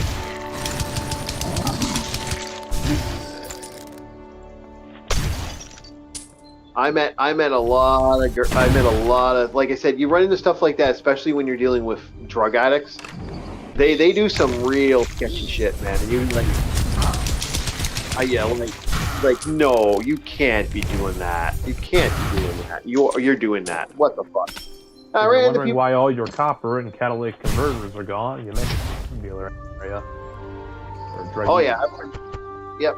I've run into some fun drug addicts. That's not fun. Like one of the like one of the places I had, we used to call them we used to call them the party posse because they'd show up every night, and then that night they'd be thing, and they'd be passed out like literally. It was hysterical how often I would go downstairs and I would be like, okay, is that that no, like, is that a person actually just sitting here like just getting like passed out outside? Like we had -40 one night, and one of them got kicked out of the building because she was acting like a psychopath. They threw her out, and she threw a beer bottle, smashed our entrance, our fire window. So she threw her thing, smashed it, bashed it all over the place. All I could hear was good as she's walking away. And I'm like, hello? How about you just damage something, woman? Fix it, you know? And she's like, you know, she didn't care. Didn't give two shits that she damaged it. And then it's -40 outside. She doesn't even have a jacket, and she goes outside and falls asleep in the bus stop. And then we have cops and other people showing up, banging on doors. Hey, did this girl get into your get in? Because she's past the, you know, we saw her passed out, and people thought that she might be dead or dying. It's like, not in my place, I said, and I closed the door on the cops.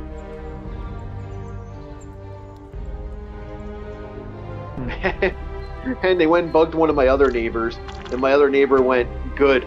You know, slammed the door in the cop's face.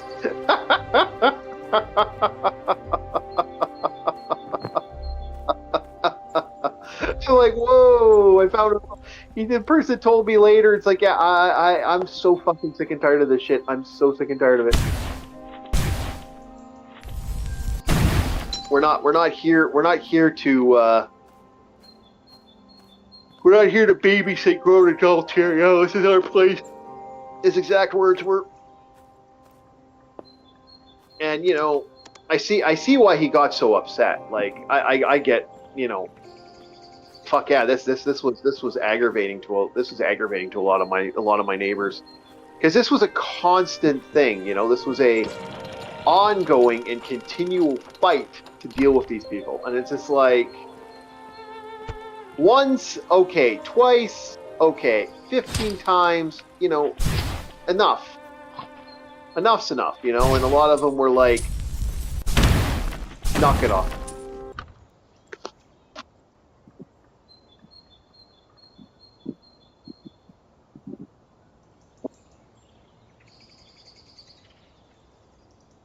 Hold on. Someone's on the local Tim Hortons, and one of the neighbors wants a double.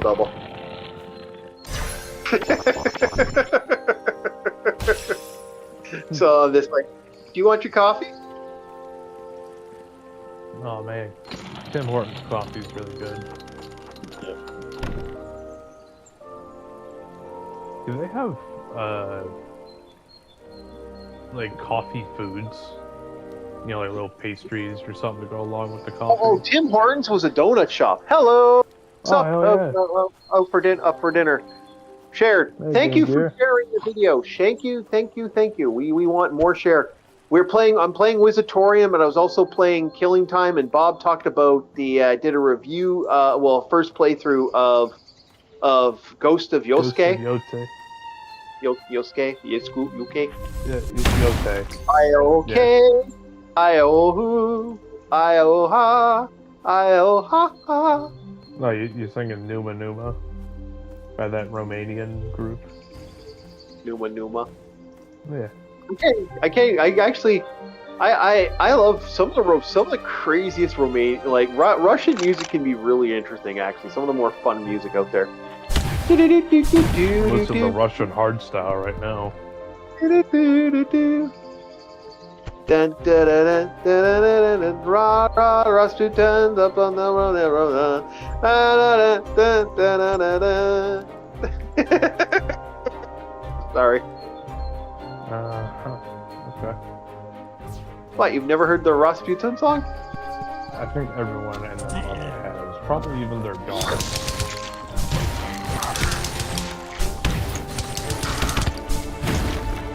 I'm trying to remember the name of the group that did it.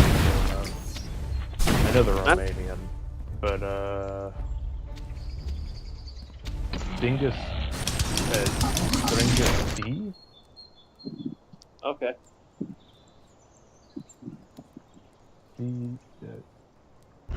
Something Denstia or something. Yeah, a lot of people going live. We got another person going live too right now, so we got a couple life on the bars there. But no, overall, this is actually a good game. So, do you guys want to see Wizzatorium as another live stream, or do you guys want to see more Killing Time? Which one do you want to see this Halloween? I am going to do one other game, which we already have ready to go, which is Costume Quest 2, which I'll be doing probably later this week. And, ow, that hurt. That really hurt. Ooh, that hurt. A lot of noise to... The joke pick would be Wizzatorium, and the more legitimate pick would be Killing Time. Oh, I'll kill it both. Both are good. Both are solid game. Like, this is actually... Wizzatorium is fucking shockingly good. Like, way more good than I thought. Like, I'm actually, like, super invested and want to keep playing this. Okay, then Wizzatorium for the next stream would be my vote. Oh, yeah. So we'll see what happens. But yeah, we could do another... When people have fun with the games they play. Yep. We'll see how I feel. I might... Because tonight we're going to be talking about, with DJ Ronnie, the fun that is Star Trek ship designs. And there's quite a few ship designs. I'm going to have to figure out how to do that, because we're going to have to add some ship design stuff. And yeah, there'll be some fun with that. Like, there's a lot of ship designs out there, and I'm going to be very interested to see how we... Oh, gotta watch out. This is going to blow up. Yeah, so it'll be interesting to see how the ship design works and different ship designs, because we have some fun with the Defiance, which is going to be the first one. I still think the Voyager ship was probably the best designed ship that they had on the during the franchise. Oh yeah, when are we doing that ship review? That would be tonight at 6. Tonight at 6. Okay. Yeah, we are doing that tonight at 6 if DJ Ronnie shows up. If not, we're just going to do it without DJ Ronnie. Okay, I'm about to say, please, DJ Ronnie, show up, please. Yeah, because we got a lot of guys with ship stuff, so it's going to be great for the channel. Yeah, I was more excited about the ship stuff, and then Ghost of Yotei came out, and I was like, oh damn. You know? We've been holding on to that idea for a bit. Yep.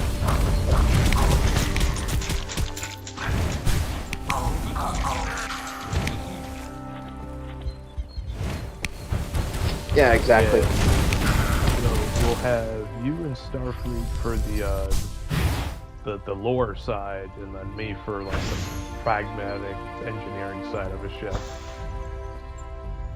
Yeah, and then you'll have DJ Ronnie, who's a Star Trek freak from what I can tell. This man knows the Star Trek.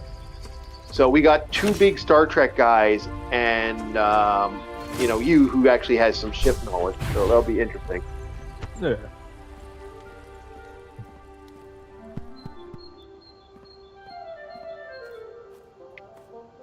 So yeah, we got a couple fun. We got some fun on the sun tonight. And then tomorrow will be D&D, and I got everything ready, so we're good. Oh, a money goblin! Money goblin! Money goblin! Loot goblin! We got a loot goblin! We got a loot goblin, boys! We got a loot goblin. Get that? Get the loot goblin! Get the loot goblin. Oh yeah, we got ourselves a loot goblin. Damn it. Whoa. Jesus, fuck. Made me jump.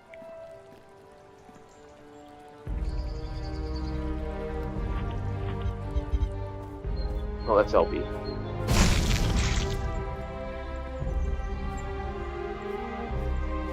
Yeah, that made me go, ah! You know, sometimes I gotta remember to turn off my alarms. Funny thing is, that one wakes me up the most, but that's also my ringtone.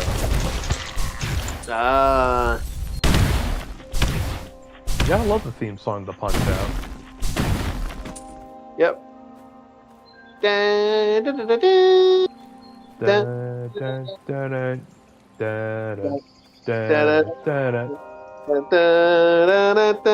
da, da, da. So did you ever play the most recent game? Because the most recent game that came out actually I've heard some good stuff about. The 2009 Punch Out? I think so. That was the one that came out. Yeah. That was the one on the Wii. Yeah. How was it? I liked it. Granted, I was a kid when I played it.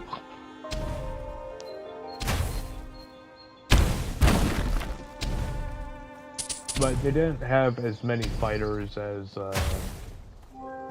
the old school Punch-Out. And old school Punch-Out had twice as many. I'm talking the one where they had not Little Mac, they had the blonde guy. Oh, Super. Yeah, you're talking about Super Punch Out. Yeah.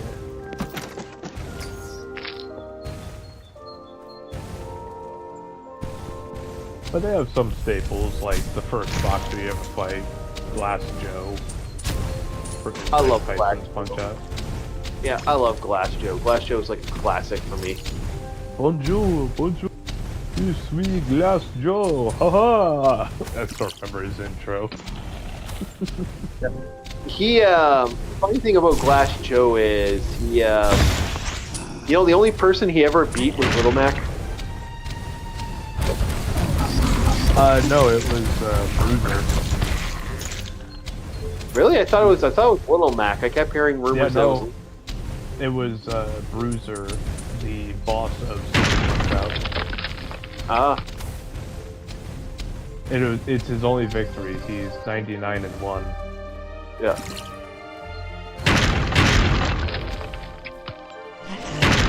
Sorry, 1-99. One victory, 99 losses.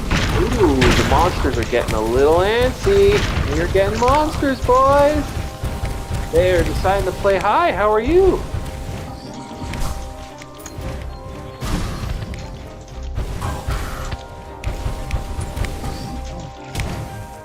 Oddly enough, in the most recent Punch-Out on the Wii, my favorite character is actually Bald Bull. Yeah? Yeah, he's the guy from Turkey. But it's also because I'm dead. I like. It's also because I like cows. So Shit, a guy named Bald Bull and does like a bull rush is like okay. Though also, one of the biggest weight issues with Punch-Out is I don't think the WNBA has weight classes. No, it doesn't. Bald Bull's like 4 Little Macs worth of mass. Yep. Okay, so that was Wizatorium. By the way, with Wizzo, like Wiz, and then ORDUM, Bob. Okay, I could be misspelling it when I was searching it. Let's try it. Yeah, and we're gonna do what's next like, on the list of games. It's like Lizzo. Yeah. We're gonna do a little bit of Mad Mullet Jack just to fall off the hour, and then we're gonna be good for the night. I have beaten this game now. This is actually a game I have beaten. Wizardom. Yeah, we're good. I'm ready, boys. Yep, it's available. Yeah. Because Yeah. not only are you mispronouncing it, the spelling's very different whenever, you know. Okay, so we're gonna be playing this for a little bit. I'm gonna do an easy playthrough. 5 Let's go. stars. It's a 4.77 with 58 It's a reviews. great game. From what I can tell, great game.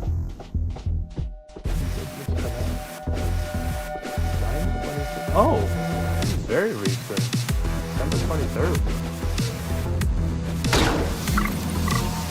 Woo! Here we go, baby. We're good to go.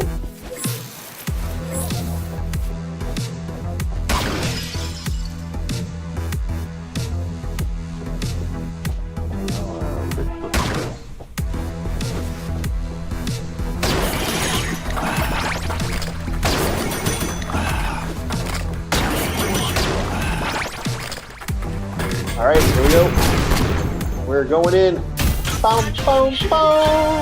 Woohoo! Our systems are back online, baby! And you I hope get you're a enjoying your checkpoint. dinner. Hold on. Our Oh yeah, princess we is had a near. couple. We got life. Tracking. This week's been a lot of life. Like I said, tonight's gonna be 10 floors fun. above. But we're doing a little bit of Mad Mullet Jack. You have And we're 15 going to, seconds. Destroy Peace Corp wishes Which, you by a the good way, day. I love. Yeah. I love that. I love the anime girl.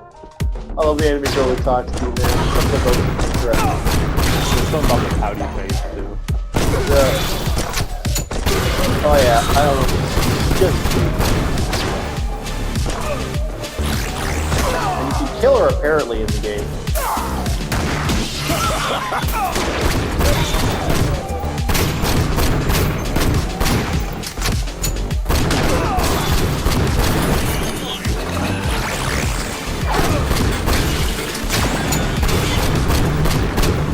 So I'm going to be switching weapons today.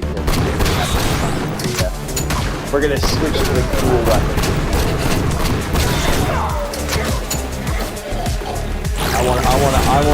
I want to go weed playing this.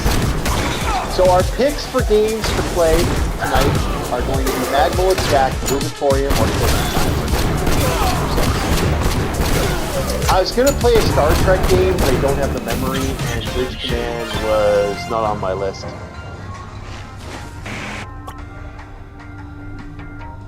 What? Sam Ryder, what? Better than an anime girl? It's an anime girl with a gun. Yep. I like that, but I like her pouty face. I love the you know, her giggling and stuff when you go, kill the bad guy. Most power. Here we go, boys. We're doing katana time, boys.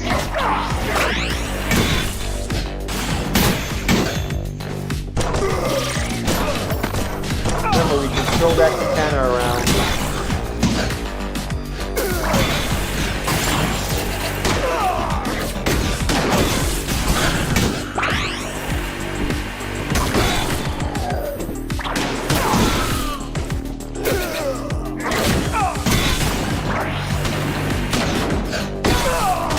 Oh yeah, here we go. We win, man, we win! Katana time. By the way, also this is also on the PlayStation. I'm actually surprised you haven't played this one yet, Bob.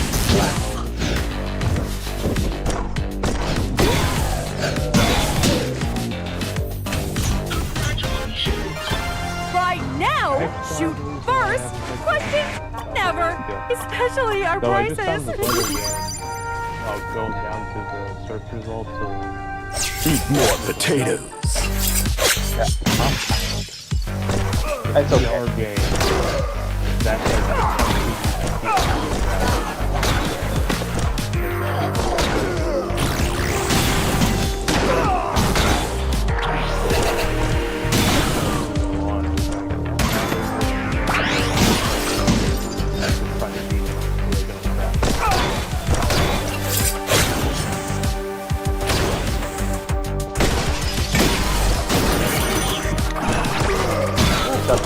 That works great.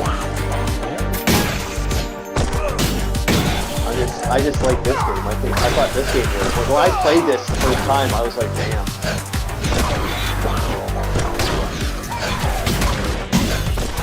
So that will be the pick tonight.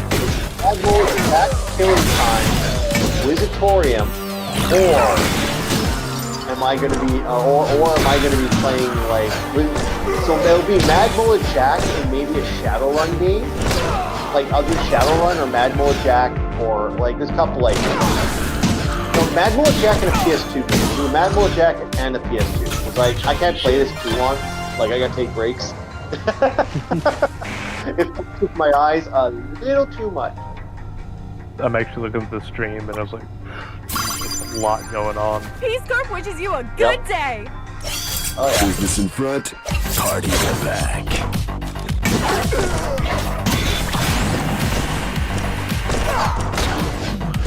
I think you miss a weapon. So we got my neighbor here. I'm going to go give my neighbor some. Be right back to chat. I will be right back.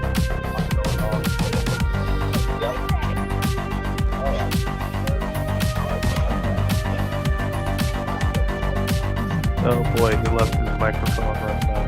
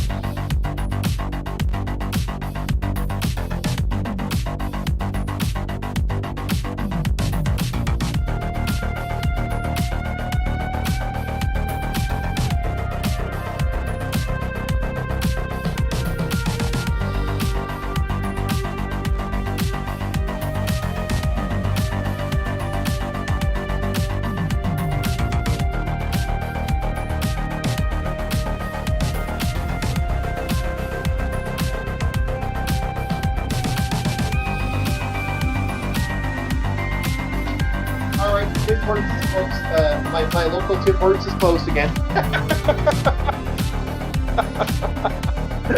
time, from your throw to the window. No, my neighbor's gone. They're like, you know, visit. Come grab her Timmy. Good morning, Timmy. Oh, I thought you said kidney. No, Timmy. Tim Hortons. I'm the Tim Hortons for the building. I'm the Tim Hortons for my building, man.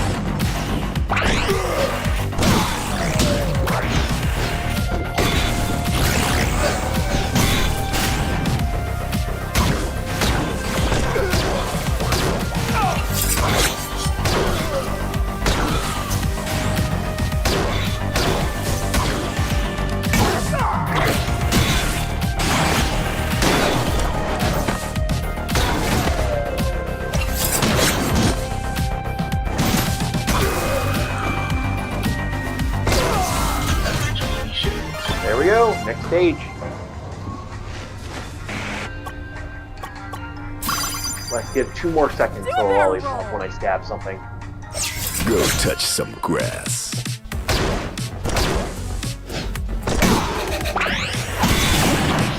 I gotta get that vortex ability. There's a ability to like warp your sword type of thing.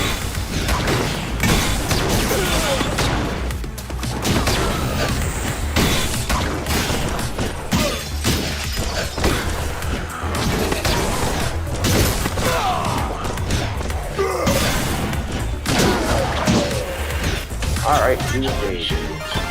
416 already, bam! Freedom.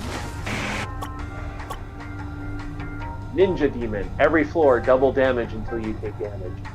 Catcher. Stop browsing social media. VR game from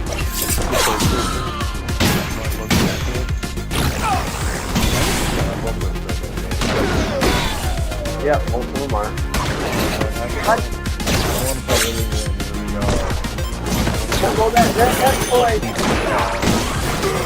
Well, why do you think gaming companies, why do you think games have become kind of like competitive? they're all following patterns. Like they're not following they're not trying to be inventive and different. Now that's not saying that inventive is always good. I can think of several games that follow that term of inventive being fucking awful, and you really don't want that inventive trust. But you know, we all kind of like we lost that. We kind of lost that with the game as a whole. Yeah, there will always be trends. And honestly, I'm of the opinion there really shouldn't be trends. Everybody should be going their own road. Find the Free games end up costing you more. the battle royale thing.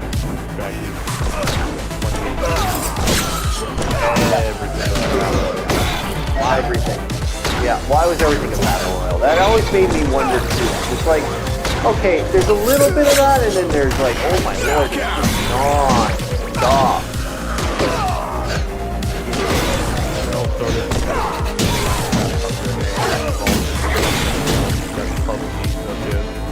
No. I would say it started in Call of Duty. Call of Duty for that. Sit on my shit. No, I'm talking about the concept of battle royale. No, I would say it started in Call of Duty. Yeah, so those games were out before them, and they were super popular back then.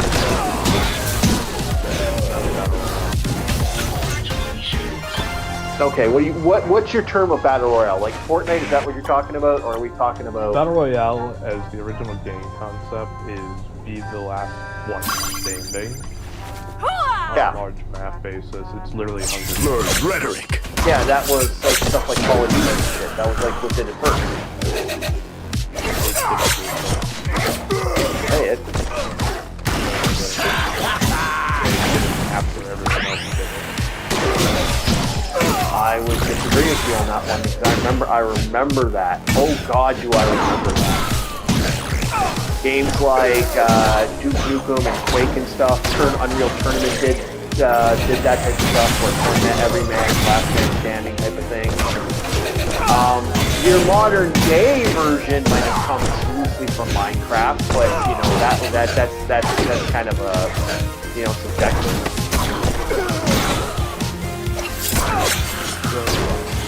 You had battle royale. Wait. You thought I was gonna let that slide? Like Arena.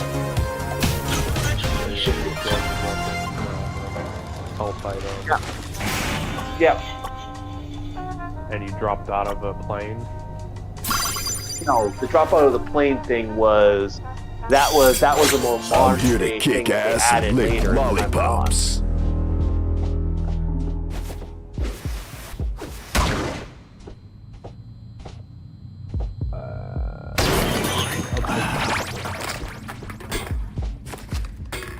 Okay, we got a boss. Chainsaw Man. Chainsaw Man. He's a man with a chainsaw for a hand. Chainsaw Man.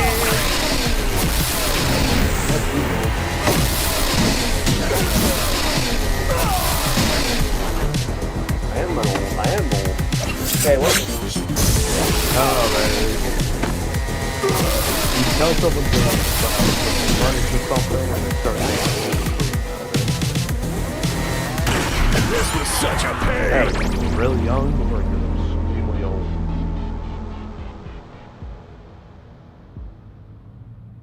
Or you're live streaming and you want to be a little goofy. Chainsaw Man, he's a man with a plan. He's a Chainsaw Man.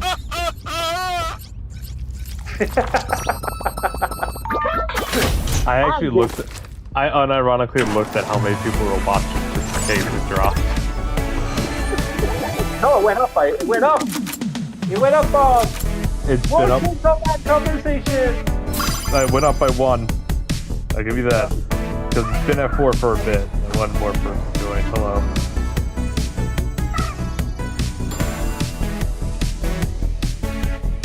Chainsaw Man with a plan, man. Welcome to the Chainsaw Man. Wake up. Wake up. I'm waking No up. yawning. You gaming. Oh, yeah. No yawning when gaming. Okay. Yeah, focus. I do Become the have focus. 80s/90s ninja hero that you know you can be. Nothing but constant focus. Heroes you can be. Some people, I don't know. Trying to get some wee bit of inspiration, but Yeah. I do like look at the actual like art here. It's so 80s in some ways. 80s, 90s action hero. No loss of focus. I am the blade. Yep. I'm playing a street samurai.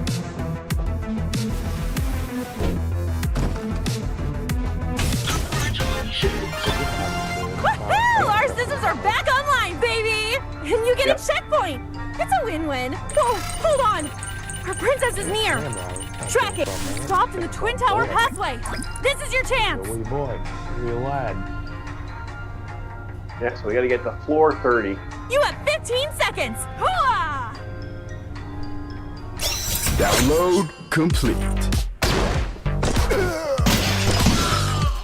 There we go. Alright.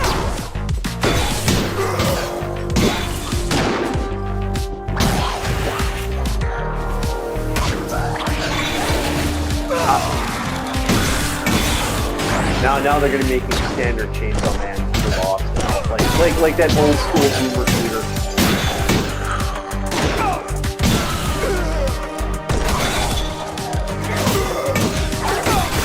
Yeah, having the 15 seconds is actually like, I know people say 10 seconds to pull this off in 10. I'm like, I don't like having very little seconds. I want to have as many seconds as possible. This does become insanity. Yes, that was a Tamagotchi reference.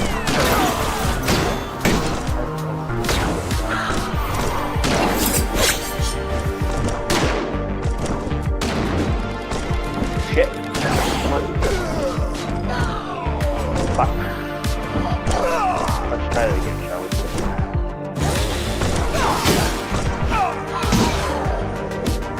Gotcha.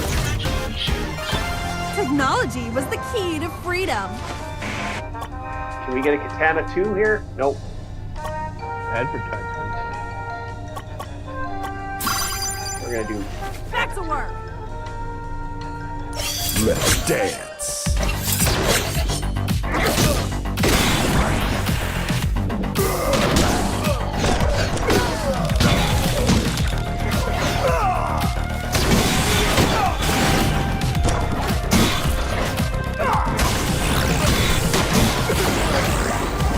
Oh damn, it's getting a little rough here. Come on, get through. Oh shit. Out rip. Knockout. Kill it.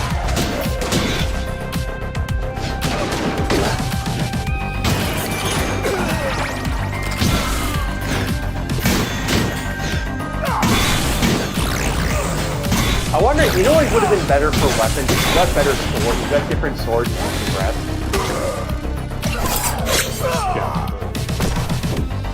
Yeah, that would have been kind of neat. Like, you can go back or something like that. And full health. That shit. We accept all credit cards, deducted directly from your pay. Highlander sword. Convenient.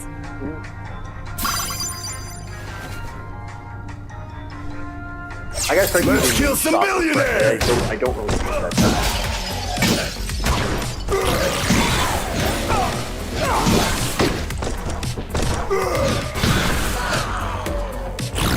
Okay, this game would be a little too. I'm not gonna lie, this game could be a little too easy if you. Like playing this game, I'm not gonna lie, this game would be. If I was to play this like old computer style, that might be way too easy. Even I'm kind of admitting now after playing it for a bit that yeah, this could be kind of problematic for me as a fan of the boom shooters, you know. But it is a very hectic game, and I do You'll have make moments where I it. just completely blank out. Hey, a handgun! Yeah, let's do a handgun. Thank you! Let's kill some billionaires. Hey boys, we have the handgun out.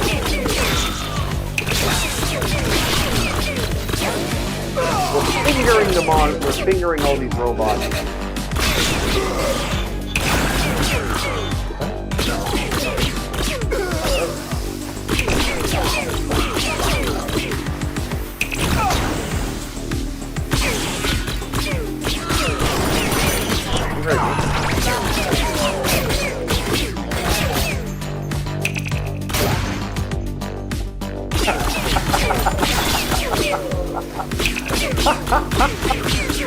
I fucking love this.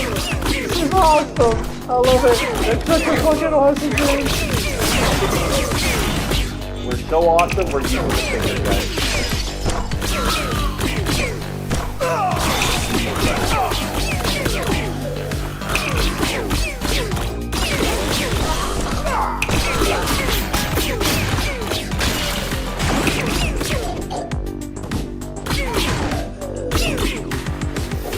Boom, 25. Winners never quit and quitters never win. Can we get a level 2 finger gun? Now let's make our finger gun explosive. We're gonna make it an exploding finger gun. Alt delete. We don't just finger bang. We finger bang bang. But bang bang. I'm gonna finger bang bang you. Yeah.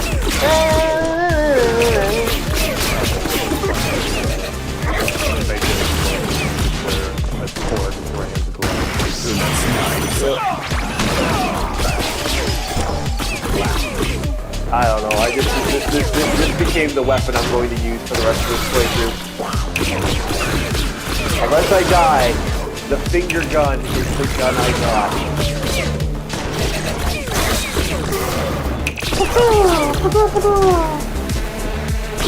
Now, can I gun akimbo the finger gun? Can I double blast? Oh, I just can't. No. We don't want any other weapon. We are finger banging our way through the world right now. Okay, Stop sorry. It's complaining become about the the finger little bang, things. baby. I'm gonna finger bang.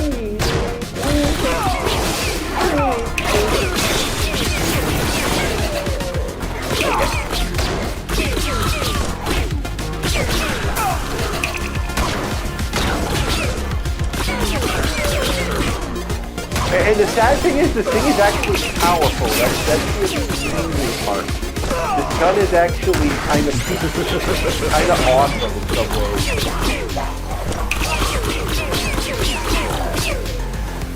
We don't want to lose the finger bang. We want the finger bang.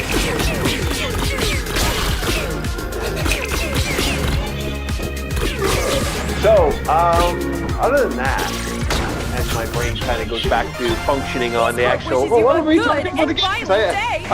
I'm having way too much fun with this awesome gun.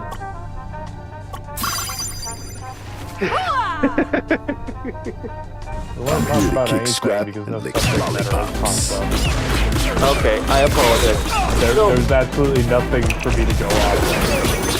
Okay, so bad, man. I am having way too much fun with this. I'm sorry, guys. I'm sorry, chat. I went a little wild with this because this is just so awesome and so weird on so many levels.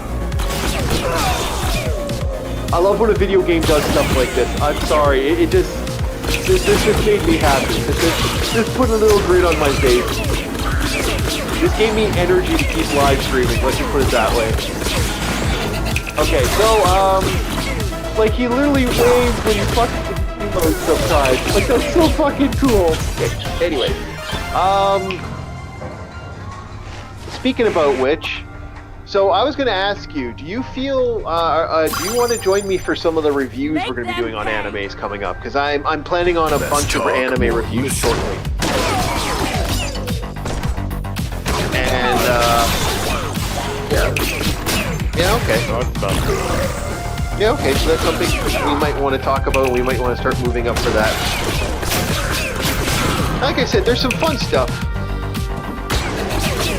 I like for like there's a lot of reviews I wouldn't mind doing because there's just quite a few good animes, especially this season. There's been some interesting animes. Like Clendaris is actually pretty, or Claveris is actually quite good, although perverted, dark, and kind of gloomy. So here, actually, you know what? We can talk about that. What's your thoughts on dark fantasy anyway? Like, do you feel that dark fantasy can be done right, or is it more like what's your idea of dark fantasy? Let's put it that way. Dark Crystal. Dark Crystal, eh? Yeah, and to an extent, Labyrinth. Labyrinth, okay. So the bigger question, like I said, for dark fantasy. Oh, let's just do that. Oh, we got the sniper mode. I hate this. I hate this zone.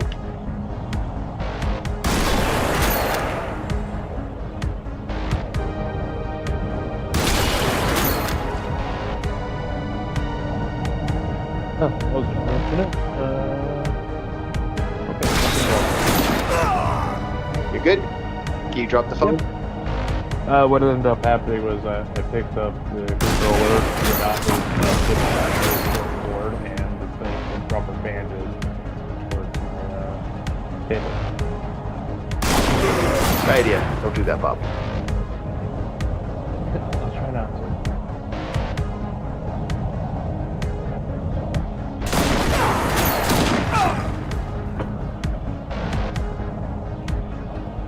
That's why I hate cord play.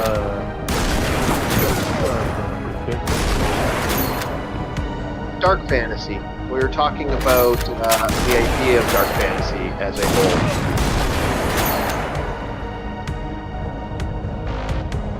Okay. And I remember mentioning Dark Crystal to an extent, so it's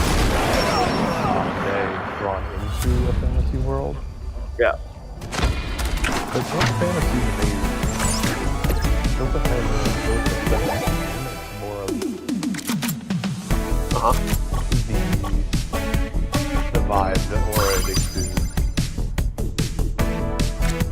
Or maybe that's what the modern rendition has become, because things look a little more dreary, or the ghouls and goblins and all the beasties look more.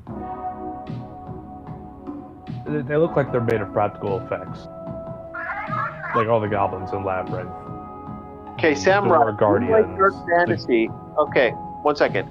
You like dark fantasy. I would recommend Clendaris, the anime I was just talking about. This season's an underrated but a fantastic, and the music is the bomb. Yeah, actually, we're going to be reviewing Clendaris, actually. I've been watching it, and we've been talking about setting that up.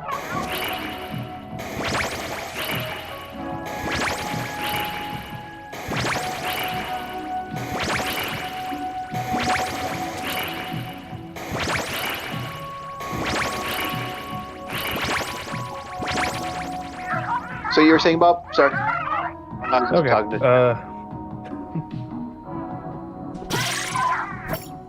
I don't remember where the hell I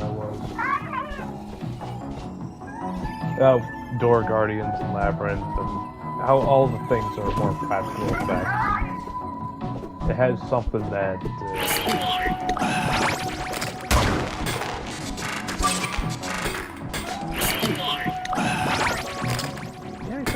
words for it. Like for example, the game Berserk, for example, or I mean not the game, the anime.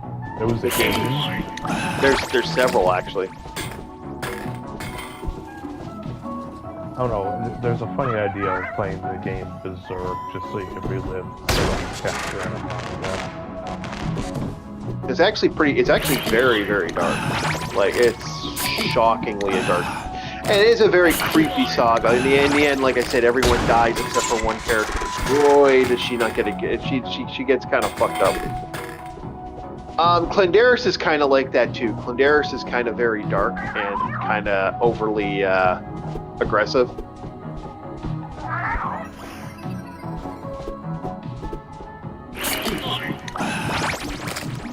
Like there are awful references and bad stuff happening to people. Now here's the question: do you need to add that level of perversion to, you know? Do you need to add that over-the-top perversion to those type of games, or can we, or do we not need to do that? You don't even Like need to do that. Yeah. It's not a requirement for dark fantasy. A lot of people like to go to that perversion, even though there's not 100% needed. Yeah, I kind of agree with you. Wouldn't you consider He-Man kind of a dark fantasy? No. No? Okay. No, I wouldn't.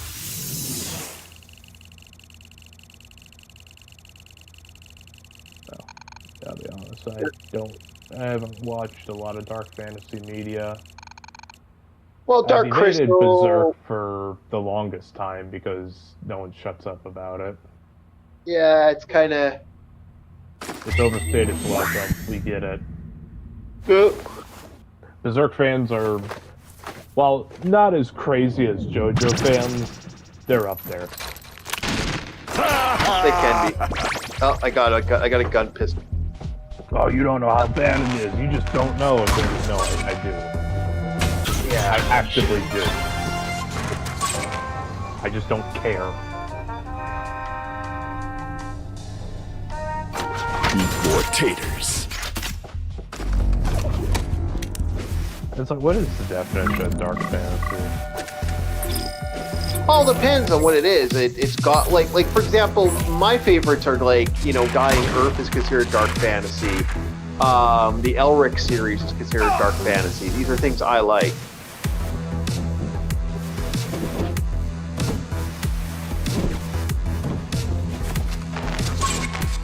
Elric, the White Wolf. Yep, the White Wolf. Yep. Okay. By extension, that means it's By the funny and knockoff The Witcher could be. Well, yeah, The Witcher is knockoff. It is kind of funny how people are starting to realize that that is actually the knockoff. Although we gotta watch what we say, man. Witcher fans are obsessive. Yeah, my best friend's a Witcher fan. He's actually aware of the situation.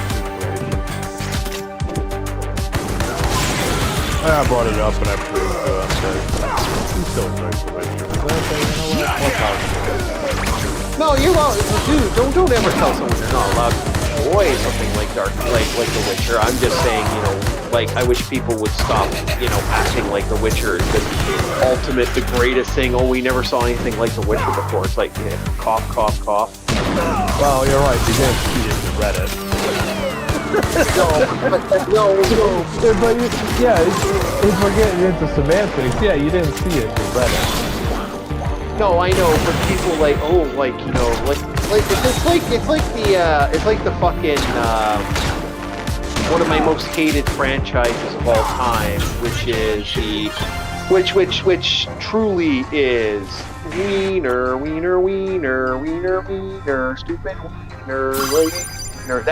That stupid fucking what's that called now? It's better not I only to know be it the from smartest that person now. in the room. It's not South Park. No, not Lord of the Rings. That was. It had a TV show. It was like everyone was like, "Oh, it's the greatest TV show ever. Oh, it's so dark." It had the mountains. Game of Thrones. No, I don't fucking know that. I didn't know it had a mountain. Granted, I'd imagine it would have a mountain. No, one of the actors was called the Mountain. Oh, character. Okay, when you said the mountain, I was like, what, Red Mountain? Elder Scrolls? Morrowind? No, we are apparently getting a TV show. There has been like discussions of a Elder Scrolls TV show for a very long time. Now that's an interesting thing about Elder Scrolls. Other areas I wouldn't consider dark fantasy. Like, I wouldn't consider Skyrim or maybe even Oblivion necessarily dark fantasy. Morrowind is fucking dark fantasy. Yeah. Morrowind is such a dreary, miserable place. it's like, why even go there? I can understand the game itself is fresh at the time, but when you have the option, like in Elder Scrolls Online, I avoided Morrowind like the fucking plague because Today's the place offers. was just like, Tools for total why am I destruction, here? absolute I don't wanna carnage, fucking and be here. complete law enforcement. I want to go to other places, Thank you! like Yakuta Realize that and nobody cares. the areas where the kids live. Yeah, I was like, oh dude, this is fucking cool. I like the aesthetic that it has. It's a mixture of Romanian with Hindu kind of architecture. Yeah, it was also very fascinating at the time. I remember being very surprised by what it allowed. But yeah, it was a great target.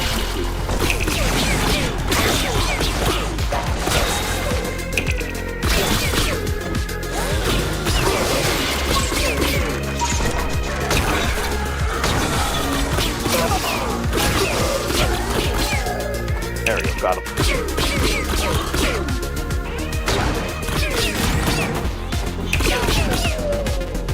Oh yeah, door's open. But yeah, we're gonna call it Opportunity here. We doesn't actually knock, have reached our build a point. door. Bob, we've gotten past a certain point. We're gonna definitely give the double jump. We got past a certain hour mark or whatnot. Yeah, we reached our point. We reached our peak, and my eyes are starting to get I need to crossed stop by playing this drinking game. so So we're much gonna call it. I am getting the cross-eyed, so it's time to take a break. Great game, though. Great game.